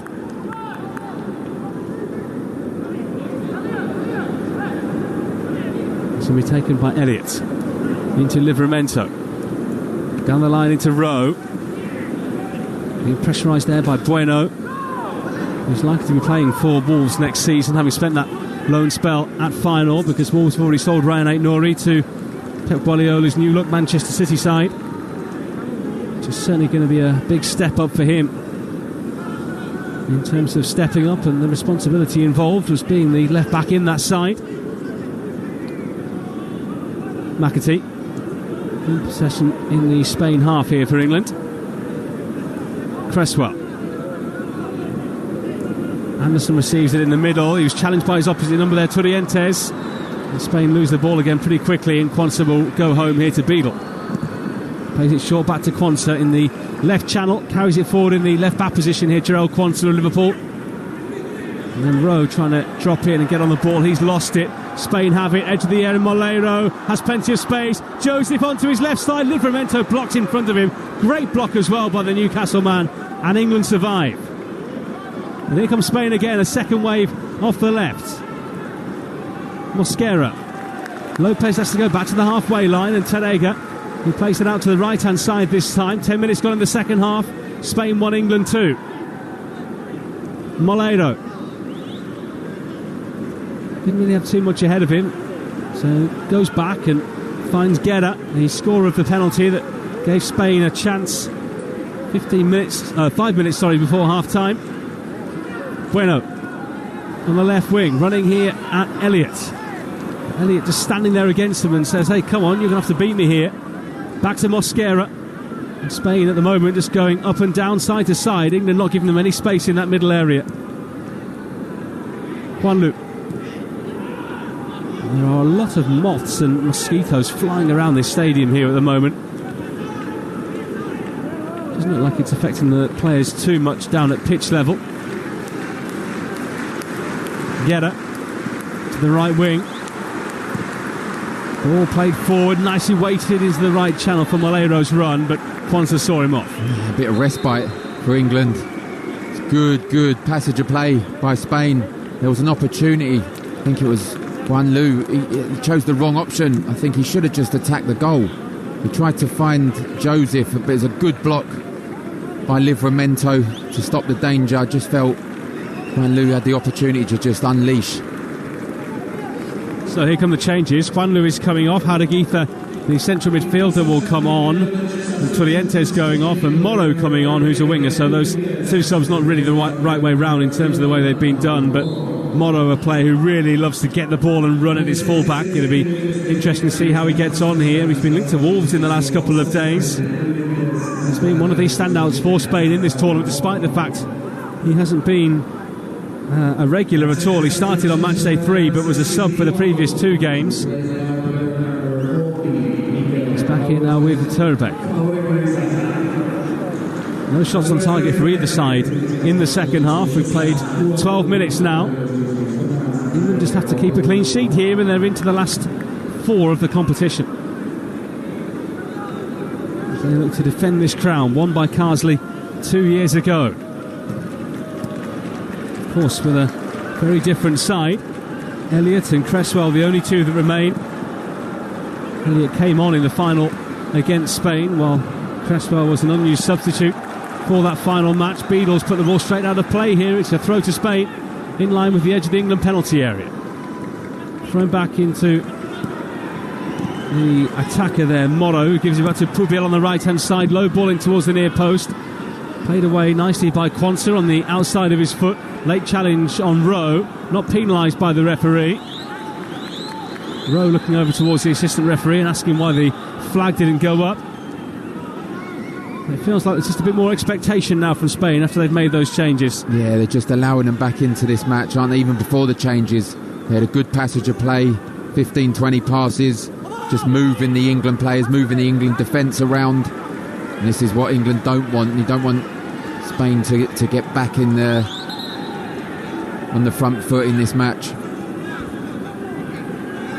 Almost an hour gone here in Trnava.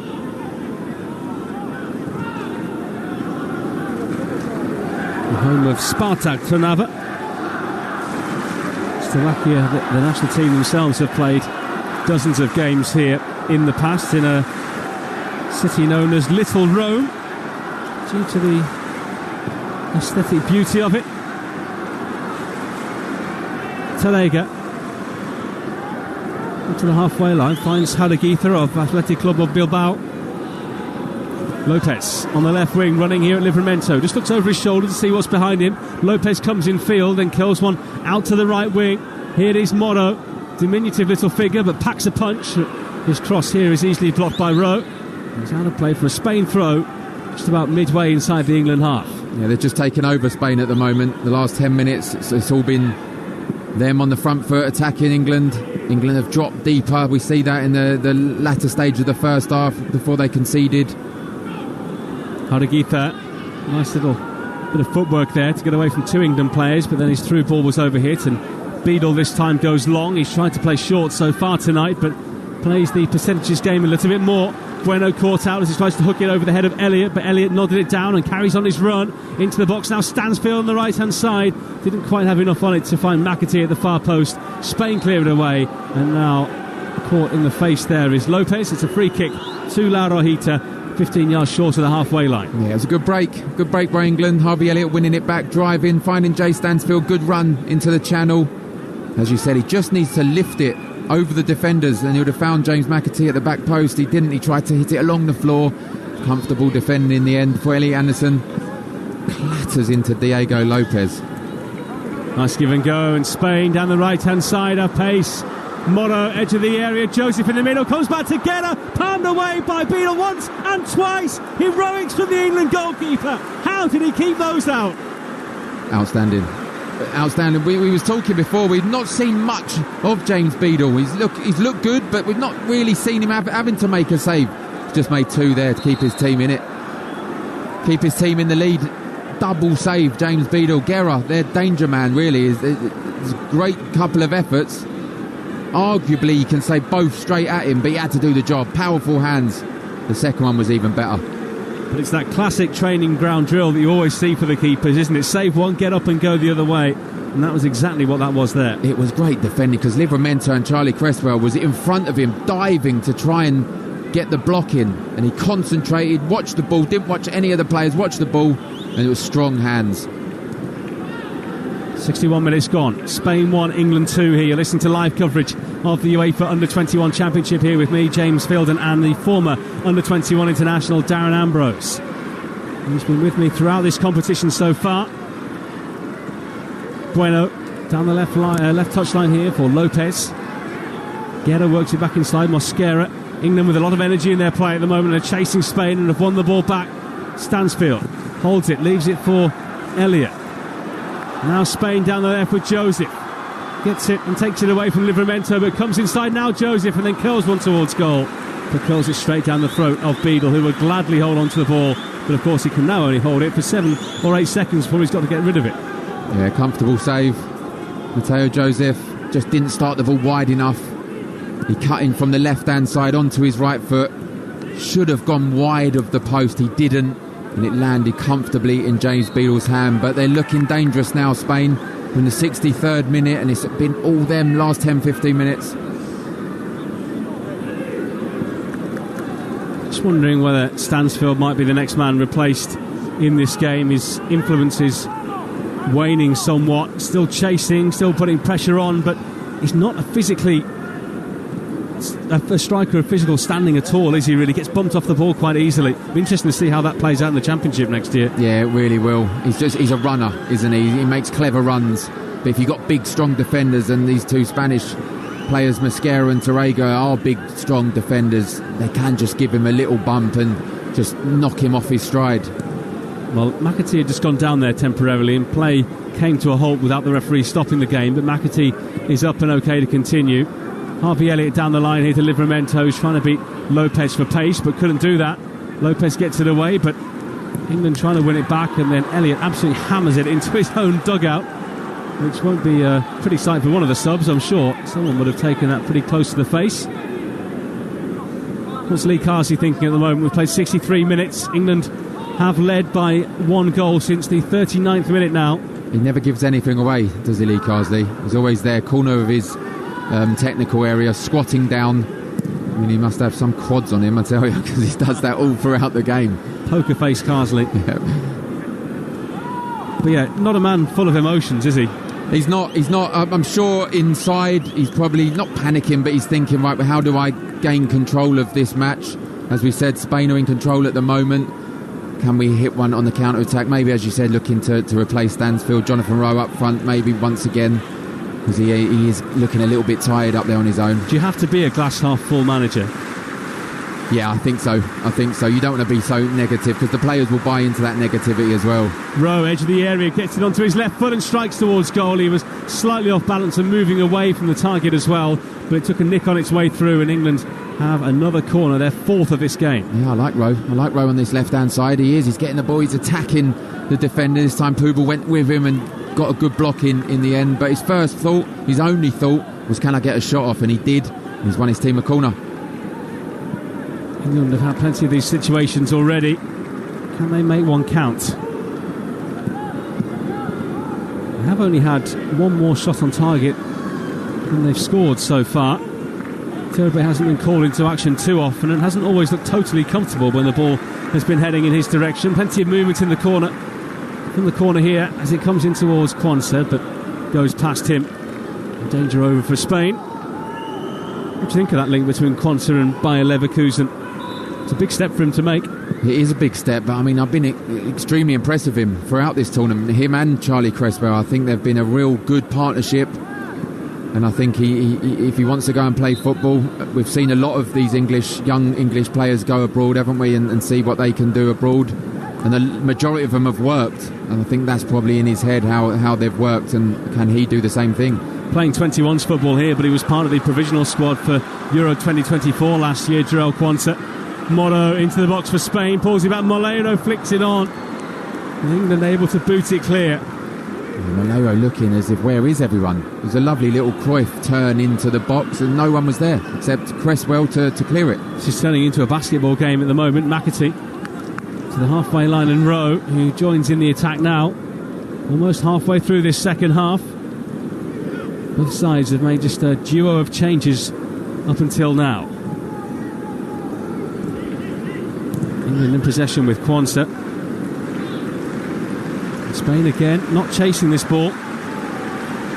Just to remind you about the games we've got coming up for you here on the Talksport network. Tomorrow night, 1 a.m. start for Manchester City against Al Ain. 7:45 on Tuesday, Benfica against Bayern. Esperance de Tunis against Chelsea, 1 a.m. on Tuesday going into Wednesday. And Thursday we've got Juventus against Manchester City, which should be a decent clash. And plenty more action from the Club World Cup after that as well.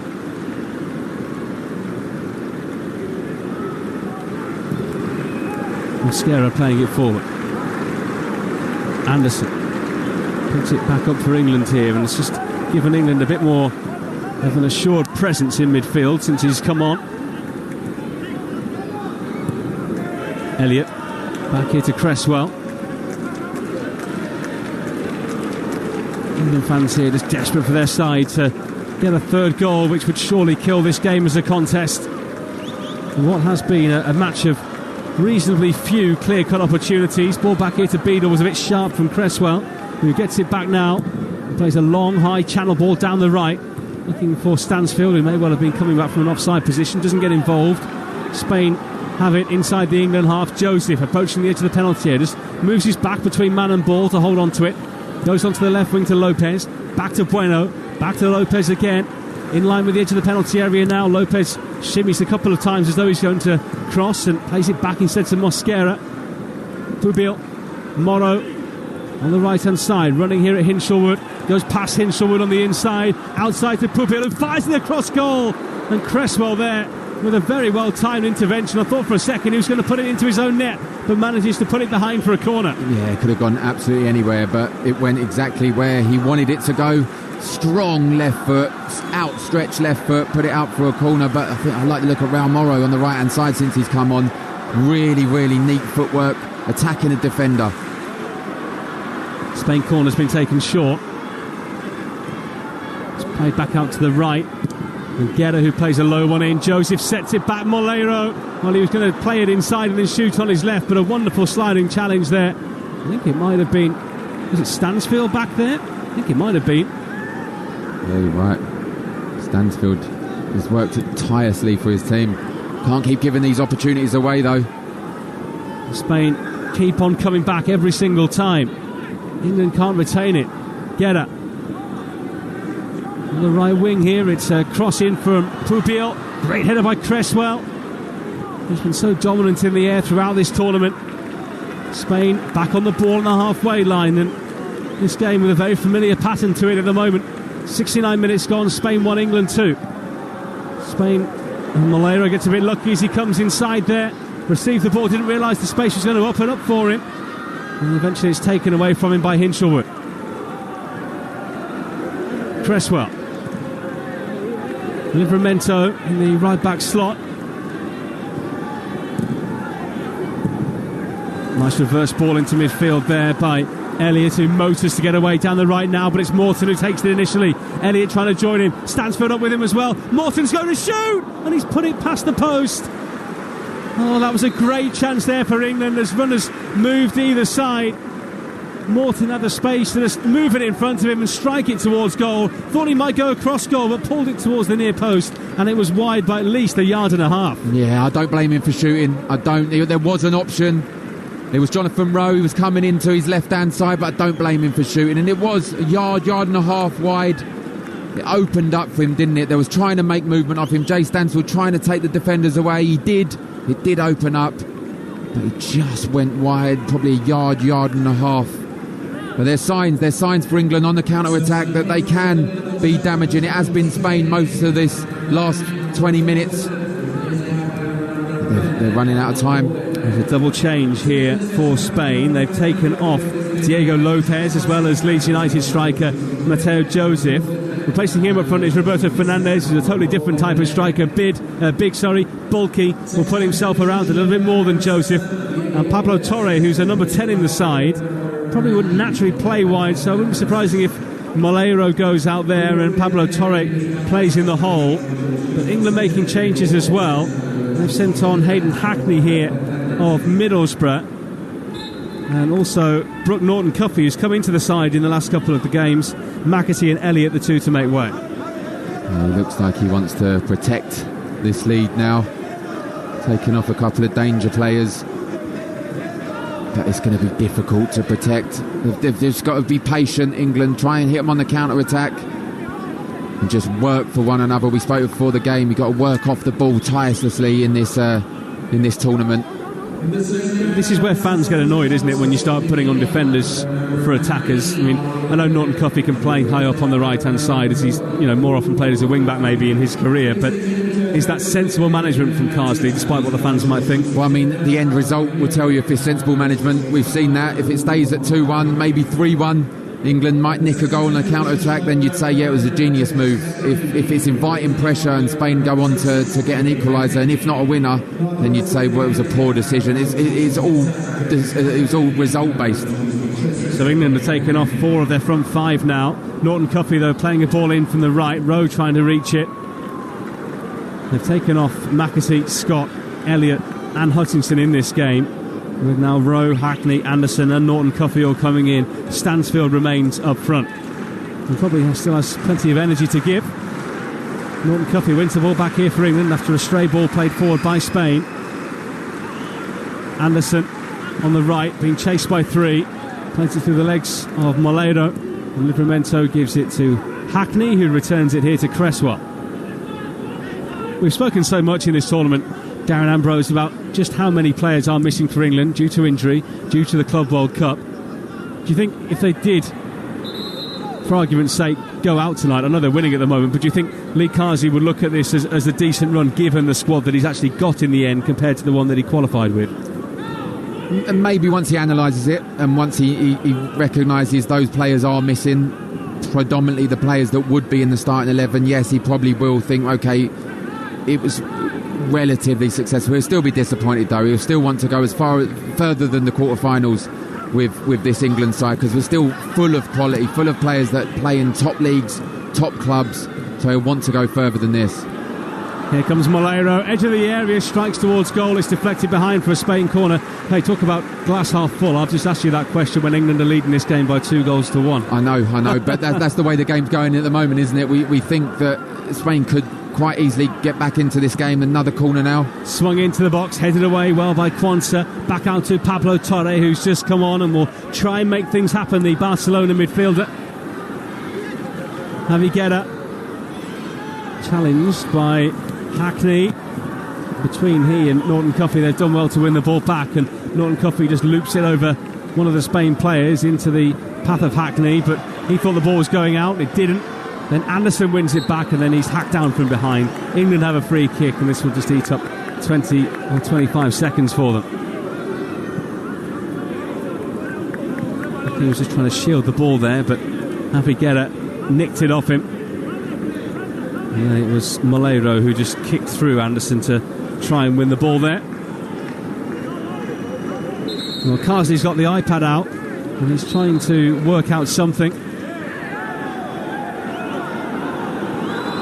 Of course, they have to tape over all of the brand names of all the equipment they've got at this tournament. I even saw the players when they were warming up drinking cans of water that have been covered in sock tape. I mean, that's a painful task, for the kit man who's got to go through every single can. I know, and someone's got to do it, and I can't see any of the players or any of the coaching staff wanting to be that person. It's one way to fill your afternoon before a game, isn't it?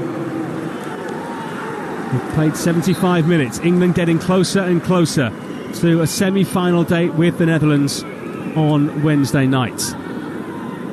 They just got to not concede, and that's as simple as that. And I think Cresswell, I think, has been magnificent today and throughout this tournament. And Gerald Quansah, they look comfortable at the moment.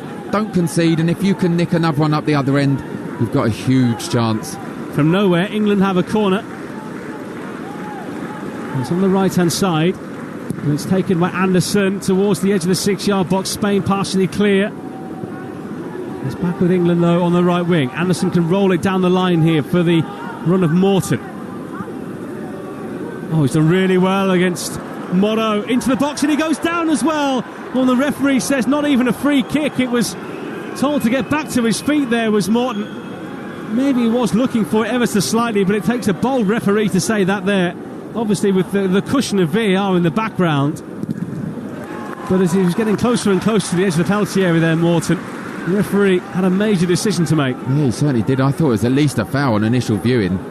He'd done really well, Morton. He won the ball, then he nicked it through. I think it went through the legs, like just round the other side of Raul Morrow. And then he touched it, got his body in between him and the ball. I think that could have been a free kick. I think it was outside the box. I think it could have been a free kick. The cynic in me says that he's tried to flick his legs up behind him a little bit there, but there was contact of sorts. Can't deny that. Yeah, he was looking for it, of course. But as you said, if there's contact, then maybe that could have been a free kick. Definitely it wasn't a penalty. Nothing doing, though, and a corner to England.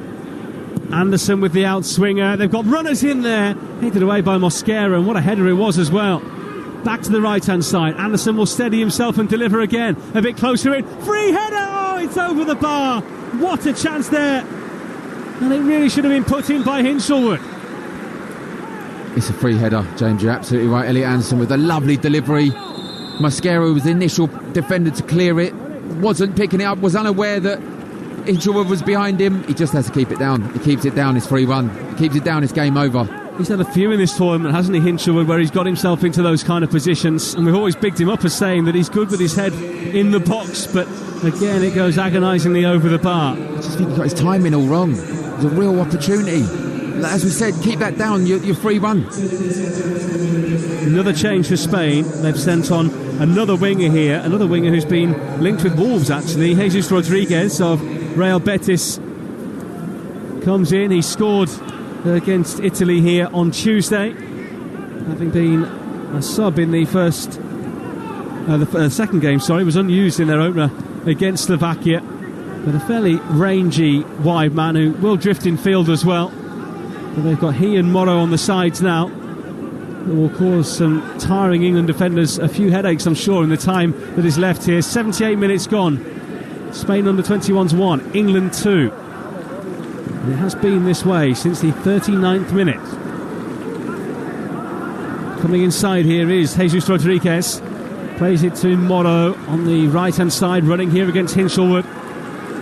He's got an overlapping run from Pubil as well, who puts a high one in. It was past Fernandez in the middle, headed away by Cresswell. England really having to dig in here now. Anderson's won it back, though. Pablo Torre waiting, and Anderson with a weighted through ball there. Oh, and Stansfield's onto it.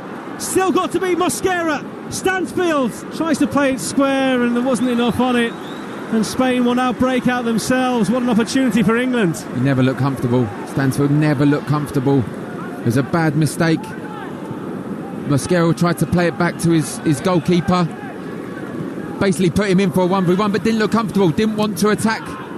Ended up trying to find Norton Cuffin, got it all wrong. Guerra to the edge of the area now, into Jaureguizar. Pablo Torre to the right wing. Raul Morrow. Spain with 4 forward in this attack. Morrow comes inside, low ball in. Played away by Quansah, and luckily it went to the feet there of Rowe, who just hammers it as far as he can. And Stansfield being asked to do some real chasing now. Ethan Nwaneri is imminent here for England. Yeah, I won't be surprised if that Stansfield looks extremely tired. As I said, didn't have the energy to attack the goal. We tried to find Norton Cuffin, got it all wrong. Rodriguez, left-hand side against Livramento, comes inside onto his right. He's got Bueno outside of him to the left, helped on by Guerra. Pubil, edge of the box now. Pablo Torre clips it in, but there's no one there in a red Spanish shirt. And Livramento watches it behind. It's a goal kick to England. 10 minutes to go. And now Ethan Nwaneri is going to come on for England. Just seeing that chance for Stansfield again. Terega slid in. He thought he won the ball there, but it slid past him. And then Stansfield could have gone on the outside against Mosquera and tried to play a square ball inside and got it wrong. Yeah, he did get it all wrong. I think it was Mosquera come across to try and cover. He should have just attacked him. Gone down the outside, as you said, hit one with his left foot. But just seeing him being removed for Nwaneri now just shows that he had zero energy left. But tell us how good Stansfield, or bad in your opinion, how good or bad Stansfield has been tonight.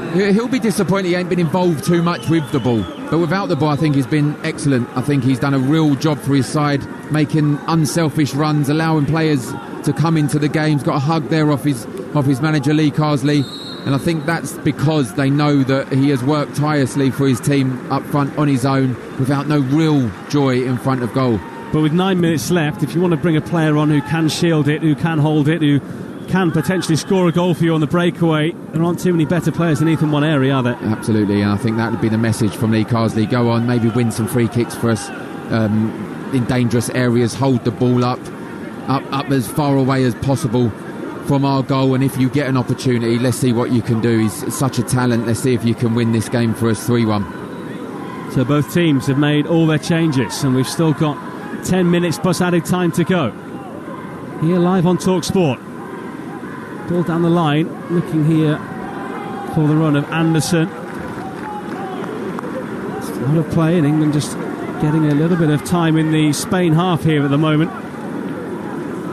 After us here tonight, we've got Fight Night with Adam Catterall. Stay with us for all of the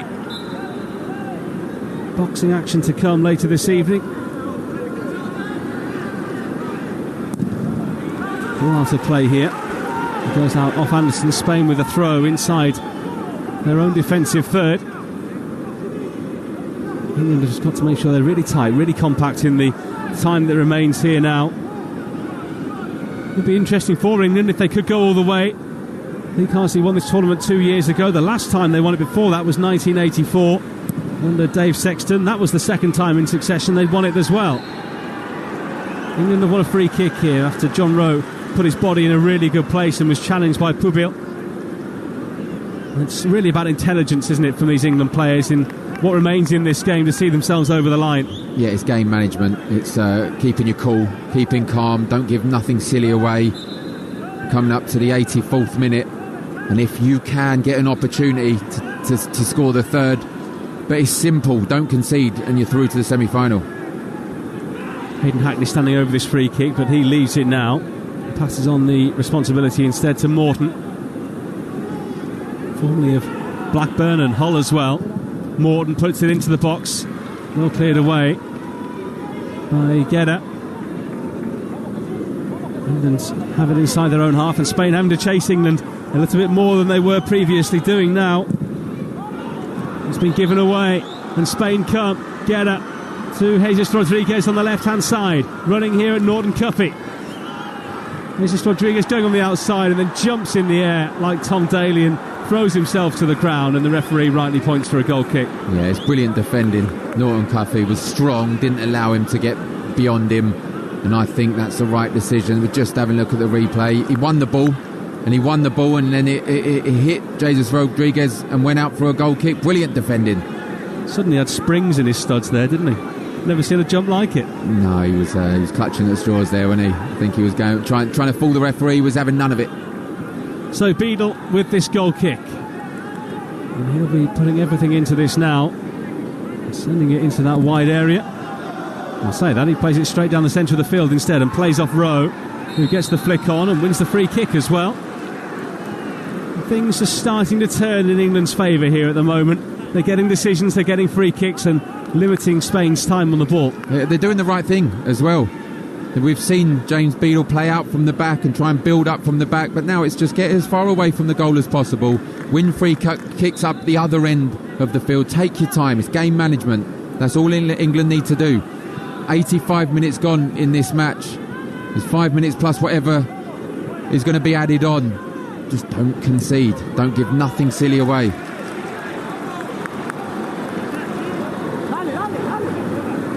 Five minutes left. Spain with a throw in right on the halfway line here to be taken by Bueno, who gets it back, and then a really poor touch. He hasn't been impressive at all in this tournament. Bueno gives it to Ethan Nwaneri, who's darting forward here for England. He's up towards the edge of the box. Nwaneri hits it, blocked by Terega. Hackney takes it on and is in no rush to put it back into the box. Just drifts out wide a little here, up against Pablo Torre. Nwaneri, edge of the area. His first touch wasn't great, couldn't take it on himself. Anderson taken away from him by Terega, and Spain with their nous find a way out, but they've lost it now. Rowe takes it, But Spain back on the ball, and then Rowe goes down, and a yellow card is out here, and Rowe's actually going to be booked for carrying the ball away, I think. How's he look? He knew what he was doing there, John Rowe, didn't he? Just trying to wind the clock down. You don't get away with that in the English game anymore, but continentally you can still use those tricks. Yeah, he's just delayed the restart. I think that's what they call it, isn't it? And yeah, it's a yellow card, but he's taken one for his team. That's what that's called there. And didn't allow them to play it quickly. Kept hold of the ball. And there you go again, Spain. Get up. Bueno. Towards the edge of the England box here. Bueno wanted to go one more and beat Livramento. Jumped into a challenge and put the ball out of play. And you can see England as a team, they're really digging in here now late on. In the 87th minute, Spain 1, England 2. Goals from McAtee and Elliott much earlier in this game. But in here towards Fernandez, who nods down. The first chance that Spain have had in quite a while. And Beadle makes a simple save. It's just sometimes, when it's your game, it's your game. From minute 1, minute 2, when the penalty wasn't given, and there was a couple of shots earlier, wasn't there, straight at Beadle from Guerra, and this time again header, it's jumped the highest, a yard either side it goes in, but this time straight at Beadle again. Sometimes when your luck's in, your luck's in. And so Lee Carsley down again, crouching in his technical area at the moment. Just watching everything unfold in front of him. Could he make history here as an England boss? And after so many had written his side off earlier in the tournament as well, it would be a real fight back here from England. Ball inside by Norton Cuffy, and it actually goes out off a Spain player in the end. Jesus Rodriguez, it's an England throw. Livramento just trying the ball in his top as the Spain subs behind him give him a mouthful. Livramento knocks it down the line here into Ethan Waneri. Lovely hold-up play and plays it into the path here of Norton Cuffy, who can stretch those long legs. He's in the box. Norton Cuffy hits it into the stanchion behind the goal. England have had so many of those chances in slightly wide areas around the edge of the box, and they haven't been able to put any of them in. Yeah, it's really good once again, and it's the substitutes. It's Waneri that's played it through to Norton Cuffy. He's just attacked the defenders. It all opened up. Jonathan Rowe made a run to the right hand side, which took the defenders. He tried to go, hit it with his left foot, just hit the side netting once again. The net rippled, but it wasn't the right way. Bueno. Jesus Rodriguez. England tantalisingly close to another semi-final in this competition. In the two events before 2023, they didn't get out of the group stage. They reached the semis in 2017. That was the only time since 2009. It's been a really checkered history in this tournament for England. It looks like they're going to have another deep run here. And they will be back on Wednesday to bring in the semi-final if and when England can get there. They are minutes away from being confirmed in the last four. And the game against the Netherlands. Spain have it on the right. Nice give and go. Moro down the right wing here. Checks inside. He's inside the box. High ball in. Headed away by Cresswell. Mosquera. Pablo Torre down. Tarega to the right hand side. Spain really cranking up the heat here now.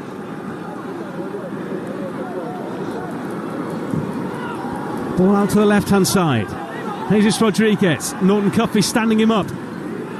Ball to the edge of the D. Spain having to come back out. Pablo Torre going down theatrically. Bueno swings in a left wing cross. England only headed out to the right hand side. Moro back in again. Slipping was Pablo Torre, and Anderson gets it out. And now the referee reaching for his pocket and sprinting over to this near side down in front of us here. He's shown someone a yellow card from about 30 yards away. All the best in guessing who that was for. He gave up running over, didn't he? Then he got a bit tired. He started sprinting, then stopped about 35 yards away from the dugout. Well, it's the Spain boss who's got a yellow card because he's not happy that only 4 minutes have been added on. I would have probably expected a little bit more. Yeah, I'd say a little bit more, 5, 6 maybe. But 4's given. As I said, when your luck's in, it's in. Tarega. This is all Spain now. England just having to keep the ball out of their penalty area, and they will be through. And that was a high boot there by Guerra, who's joined the attack. He caught Morton there, who was always going to go down. And England have a free kick on the edge of their own penalty area. It was actually clever from Morton. He's put his head... It was high boot, but he has gone down. It's one of those when he goes down to head it and the boot comes up a little bit, connects with him. And he's just allowing those England players to just waste these last few seconds. 3 more minutes to go. And they're in the semi-final again. They are almost there. They've really had to dig in this game. Something that they really haven't had to do themselves much in the tournament up until now. This has been a totally different kind of game for them. Mosquera on the edge of his own penalty area for Spain. England leading Spain by 2-1 in the quarter-finals. Down by Cresswell, Livramento. England have it now. Morton back to Quansah. Quansah absolutely boots it upfield, but it goes straight out of play. And Spain hurriedly trying to find another match ball. We've got 2 minutes 15 to go. Could have arguably kept the ball there, Quansah. He had options just to keep it, and I know I said just keep it as far away from the goal as possible, but sometimes you can just keep possession. Oh, the flick on finds Rowe. He turns it away from goal. Rowe goes down. England have a penalty.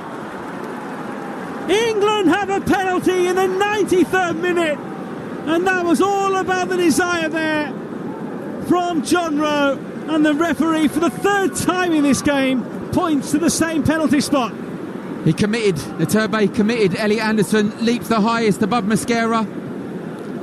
Yeah, and I think it's a penalty. There's not much connection, there's not much touch from the Iturbe to Jonathan Rowe, but yeah, for me it's a penalty. It's in the box.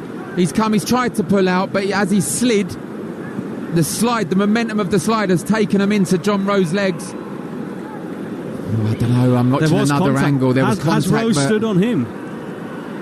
This is a difficult call, this one. It looks like it's going to stand here. The referee has got the penalty ready, and standing over it here for England is Elliot Anderson. What a chance here to send England through to the semi-finals. It's Anderson. It's destination Bratislava.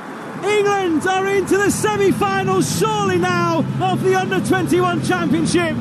Not that you'd know it by Anderson's reaction. Ashley Cole delighted on the bench, and although Lee Carsley's not shown much emotion himself, he will be ecstatic. England have come through this quarter-final tie and lead Spain by 3-1. I love that celebration. Took the penalty, turned around, nonchalant. I do this all the time. Where's the pressure? There's no pressure there. Turns round, sees his teammates. Let's go to the semi-finals. Absolutely brilliant. Glad he was given as a penalty, because it was a penalty. The momentum slid in to Jonathan Rowe, took him out. Elliot Anderson done the rest. Led by example. Lovely penalty. Sent Iturbe the wrong way. Game over. Semi-finals. Here we come. And a nice moment for John Rowe as well, who hasn't had too many moments to celebrate in this competition up until now. We have played the 4 minutes that was signalled by the referee. And there is the full-time whistle. England are into the semi-finals. Lee Carsley is smiling now, all right, after games in Dunajska Streda and Nitra, as well as here in Trnava. All roads now lead to Bratislava, because England will play the Netherlands on Wednesday for a place in next weekend's final. Absolutely fantastic. It's kicking off. It's kicking off both sets of players. Fight night started early. It has, and it was Livramento. He was unhappy with a challenge against him. And he just as the final whistle went, he retaliated, and it's all kicking off. These are bad scenes. There's bad losers. Yes. You've lost the game. Get off. So that's what the manager's saying. Fair play to him. The manager of Spain is saying, get off the pitch now. And the England security staff have gone to surround Charlie Cresswell there, because he was getting put in an arm lock by somebody. Matteo Joseph, I'm not sure if he was trying to diffuse matters there. Of course, a former teammate of Cresswell's at Leeds United. It looks like it's all been calmed down now. But Spain, as you say, pretty sore losers right at the end. Yeah, it was. It was right at the end. It was a challenge. And I think it was it Javi Guerra on Livramento, or so, there was someone in the corner on Livramento, and he wasn't happy because he felt he was going for him right on the whistle. And then the substitutions got involved. Didn't need to. Come on, you've lost the game. Get off. You've lost the game. That's sore losers, that. Hopefully there's nothing goes on in terms of retribution for the England players, because they deserved that tonight. It was an outstanding performance, one that I know I certainly didn't see coming after the group stages, but they've got the job done. They're in the semi-final. They fully deserve it, and I'm absolutely delighted for Lee Carsley and the team. And just quickly, I think when we all saw that team sheet, I'm not sure we saw this performance coming, but they took their chances early and they've managed to capitalise on it late on. They did. They capitalised is the word. They capitalised on a couple of mistakes from Turbe and Mascara. They scored a couple of tap-ins.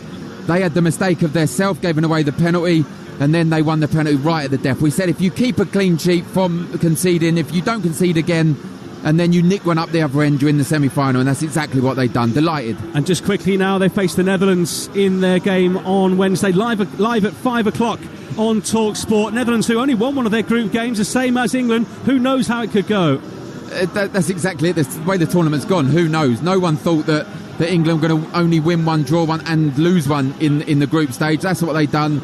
And no one saw this coming. I didn't see this performance coming. So who knows what can happen in the semi-final. This is tournament football. We've spoken about it many times. You put in a performance like that, though, if the England players put in a performance like that, they'll get to the final, no doubt about it. Dan Ambrose, great to have you with us as ever for commentary on another memorable night for the England under-21s. They've done it, and they'll play the Netherlands in the semi-final on Wednesday afternoon at 5 o'clock. Up next, it's Fight Night with Gareth A. Davis and Spencer Oliver.